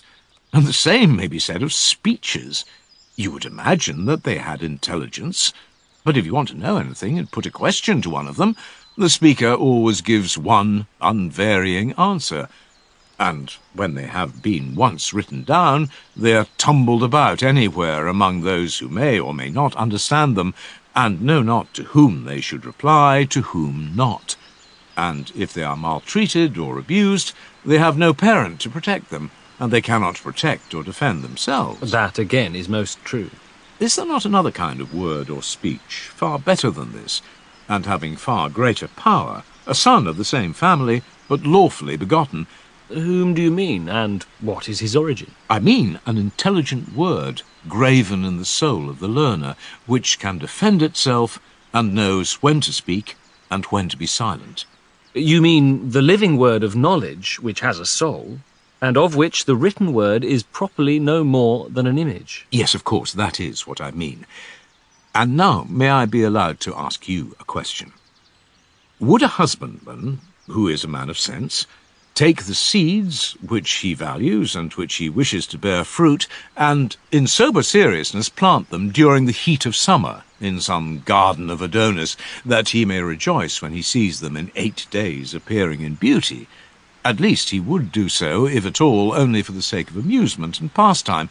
But when he is in earnest, he sows in fitting soil, and practices husbandry, and is satisfied if, in 8 months, the seeds which he has sown arrive at perfection? Yes, Socrates, that will be his way when he is in earnest.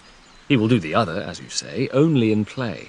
And can we suppose that he who knows the just and good and honourable has less understanding than the husbandman about his own seeds? Certainly not. Then he will not seriously incline to write his thoughts in water with pen and ink, sowing words which can neither speak for themselves nor teach the truth adequately to others. No, that is not likely. No, that is not likely. In the garden of letters he will sow and plant, but only for the sake of recreation and amusement.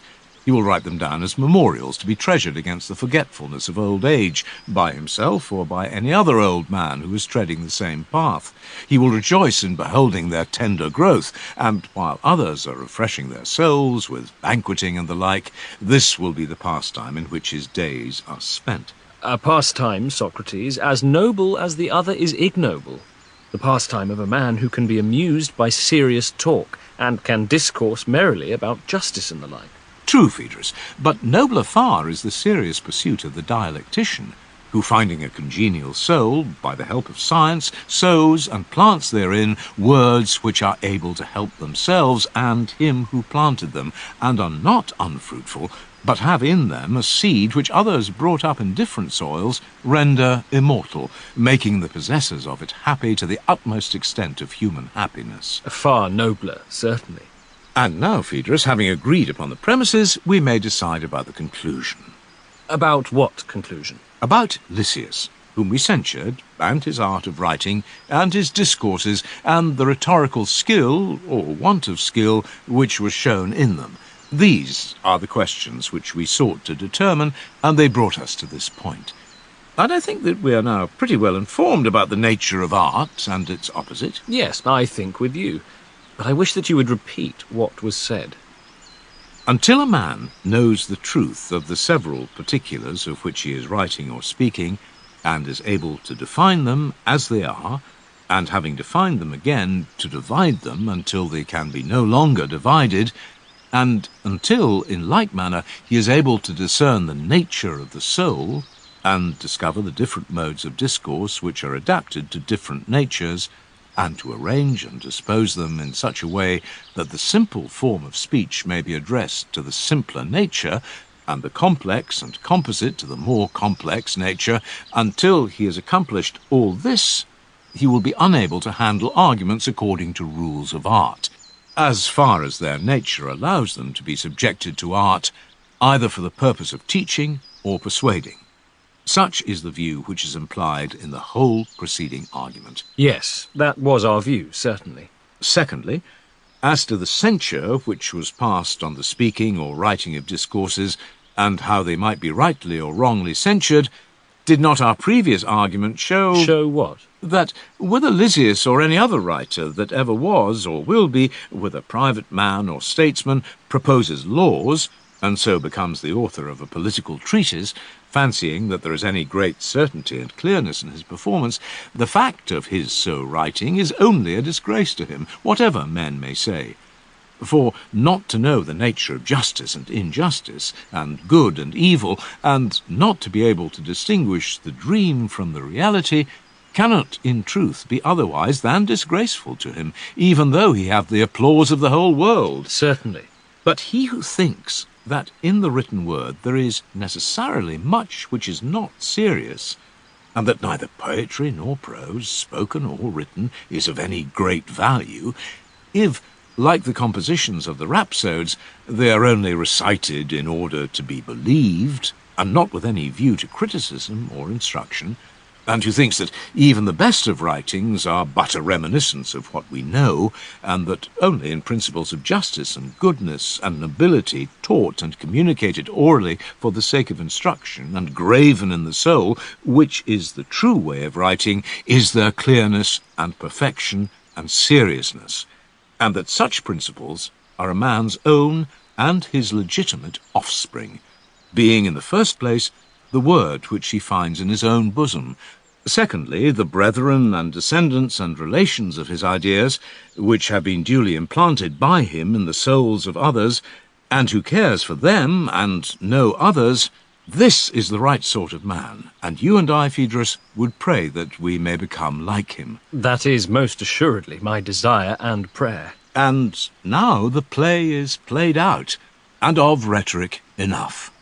Go and tell Lysias that to the fountain and school of the nymphs we went down, and were bidden by them to convey a message to him and to other composers of speeches, to Homer and other writers of poems, whether set to music or not, and to Solon and others who have composed writings in the form of political discourses which they would term laws. To all of them we are to say that if their compositions are based on knowledge of the truth, and they can defend or prove them when they are put to the test by spoken arguments which leave their writings poor in comparison of them, then they are to be called not only poets, orators, legislators, but are worthy of a higher name, befitting the serious pursuit of their life.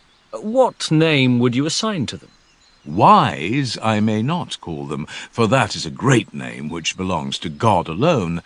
Lovers of wisdom, or philosophers, is their modest and befitting title.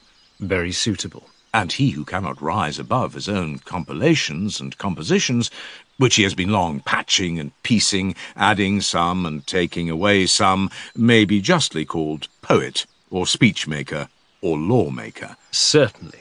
Now go and tell this to your companion. But there is also a friend of yours who ought not to be forgotten. Who is he? Socrates the Fair. What message will you send to him, and how shall we describe him? Socrates is still young, Phaedrus, but I am willing to hazard a prophecy concerning him.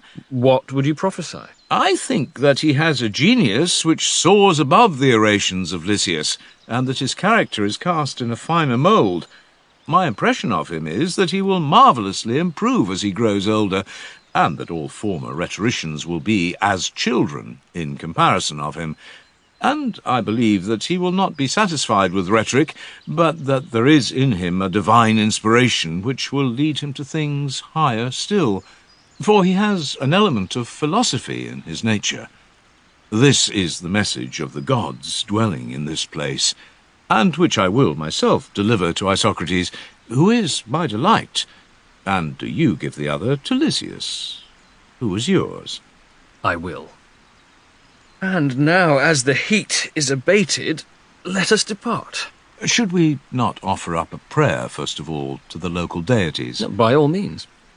Beloved Pan, and all ye other gods who haunt this place, give me beauty in the inward soul, and may the outward and inward man be at one. May I reckon the wise to be the wealthy, and may I have such a quantity of gold as a temperate man, and he only, can bear and carry. Anything more? The prayer, I think, is enough for me. Ask the same for me, for friends should have all things in common. Let us go.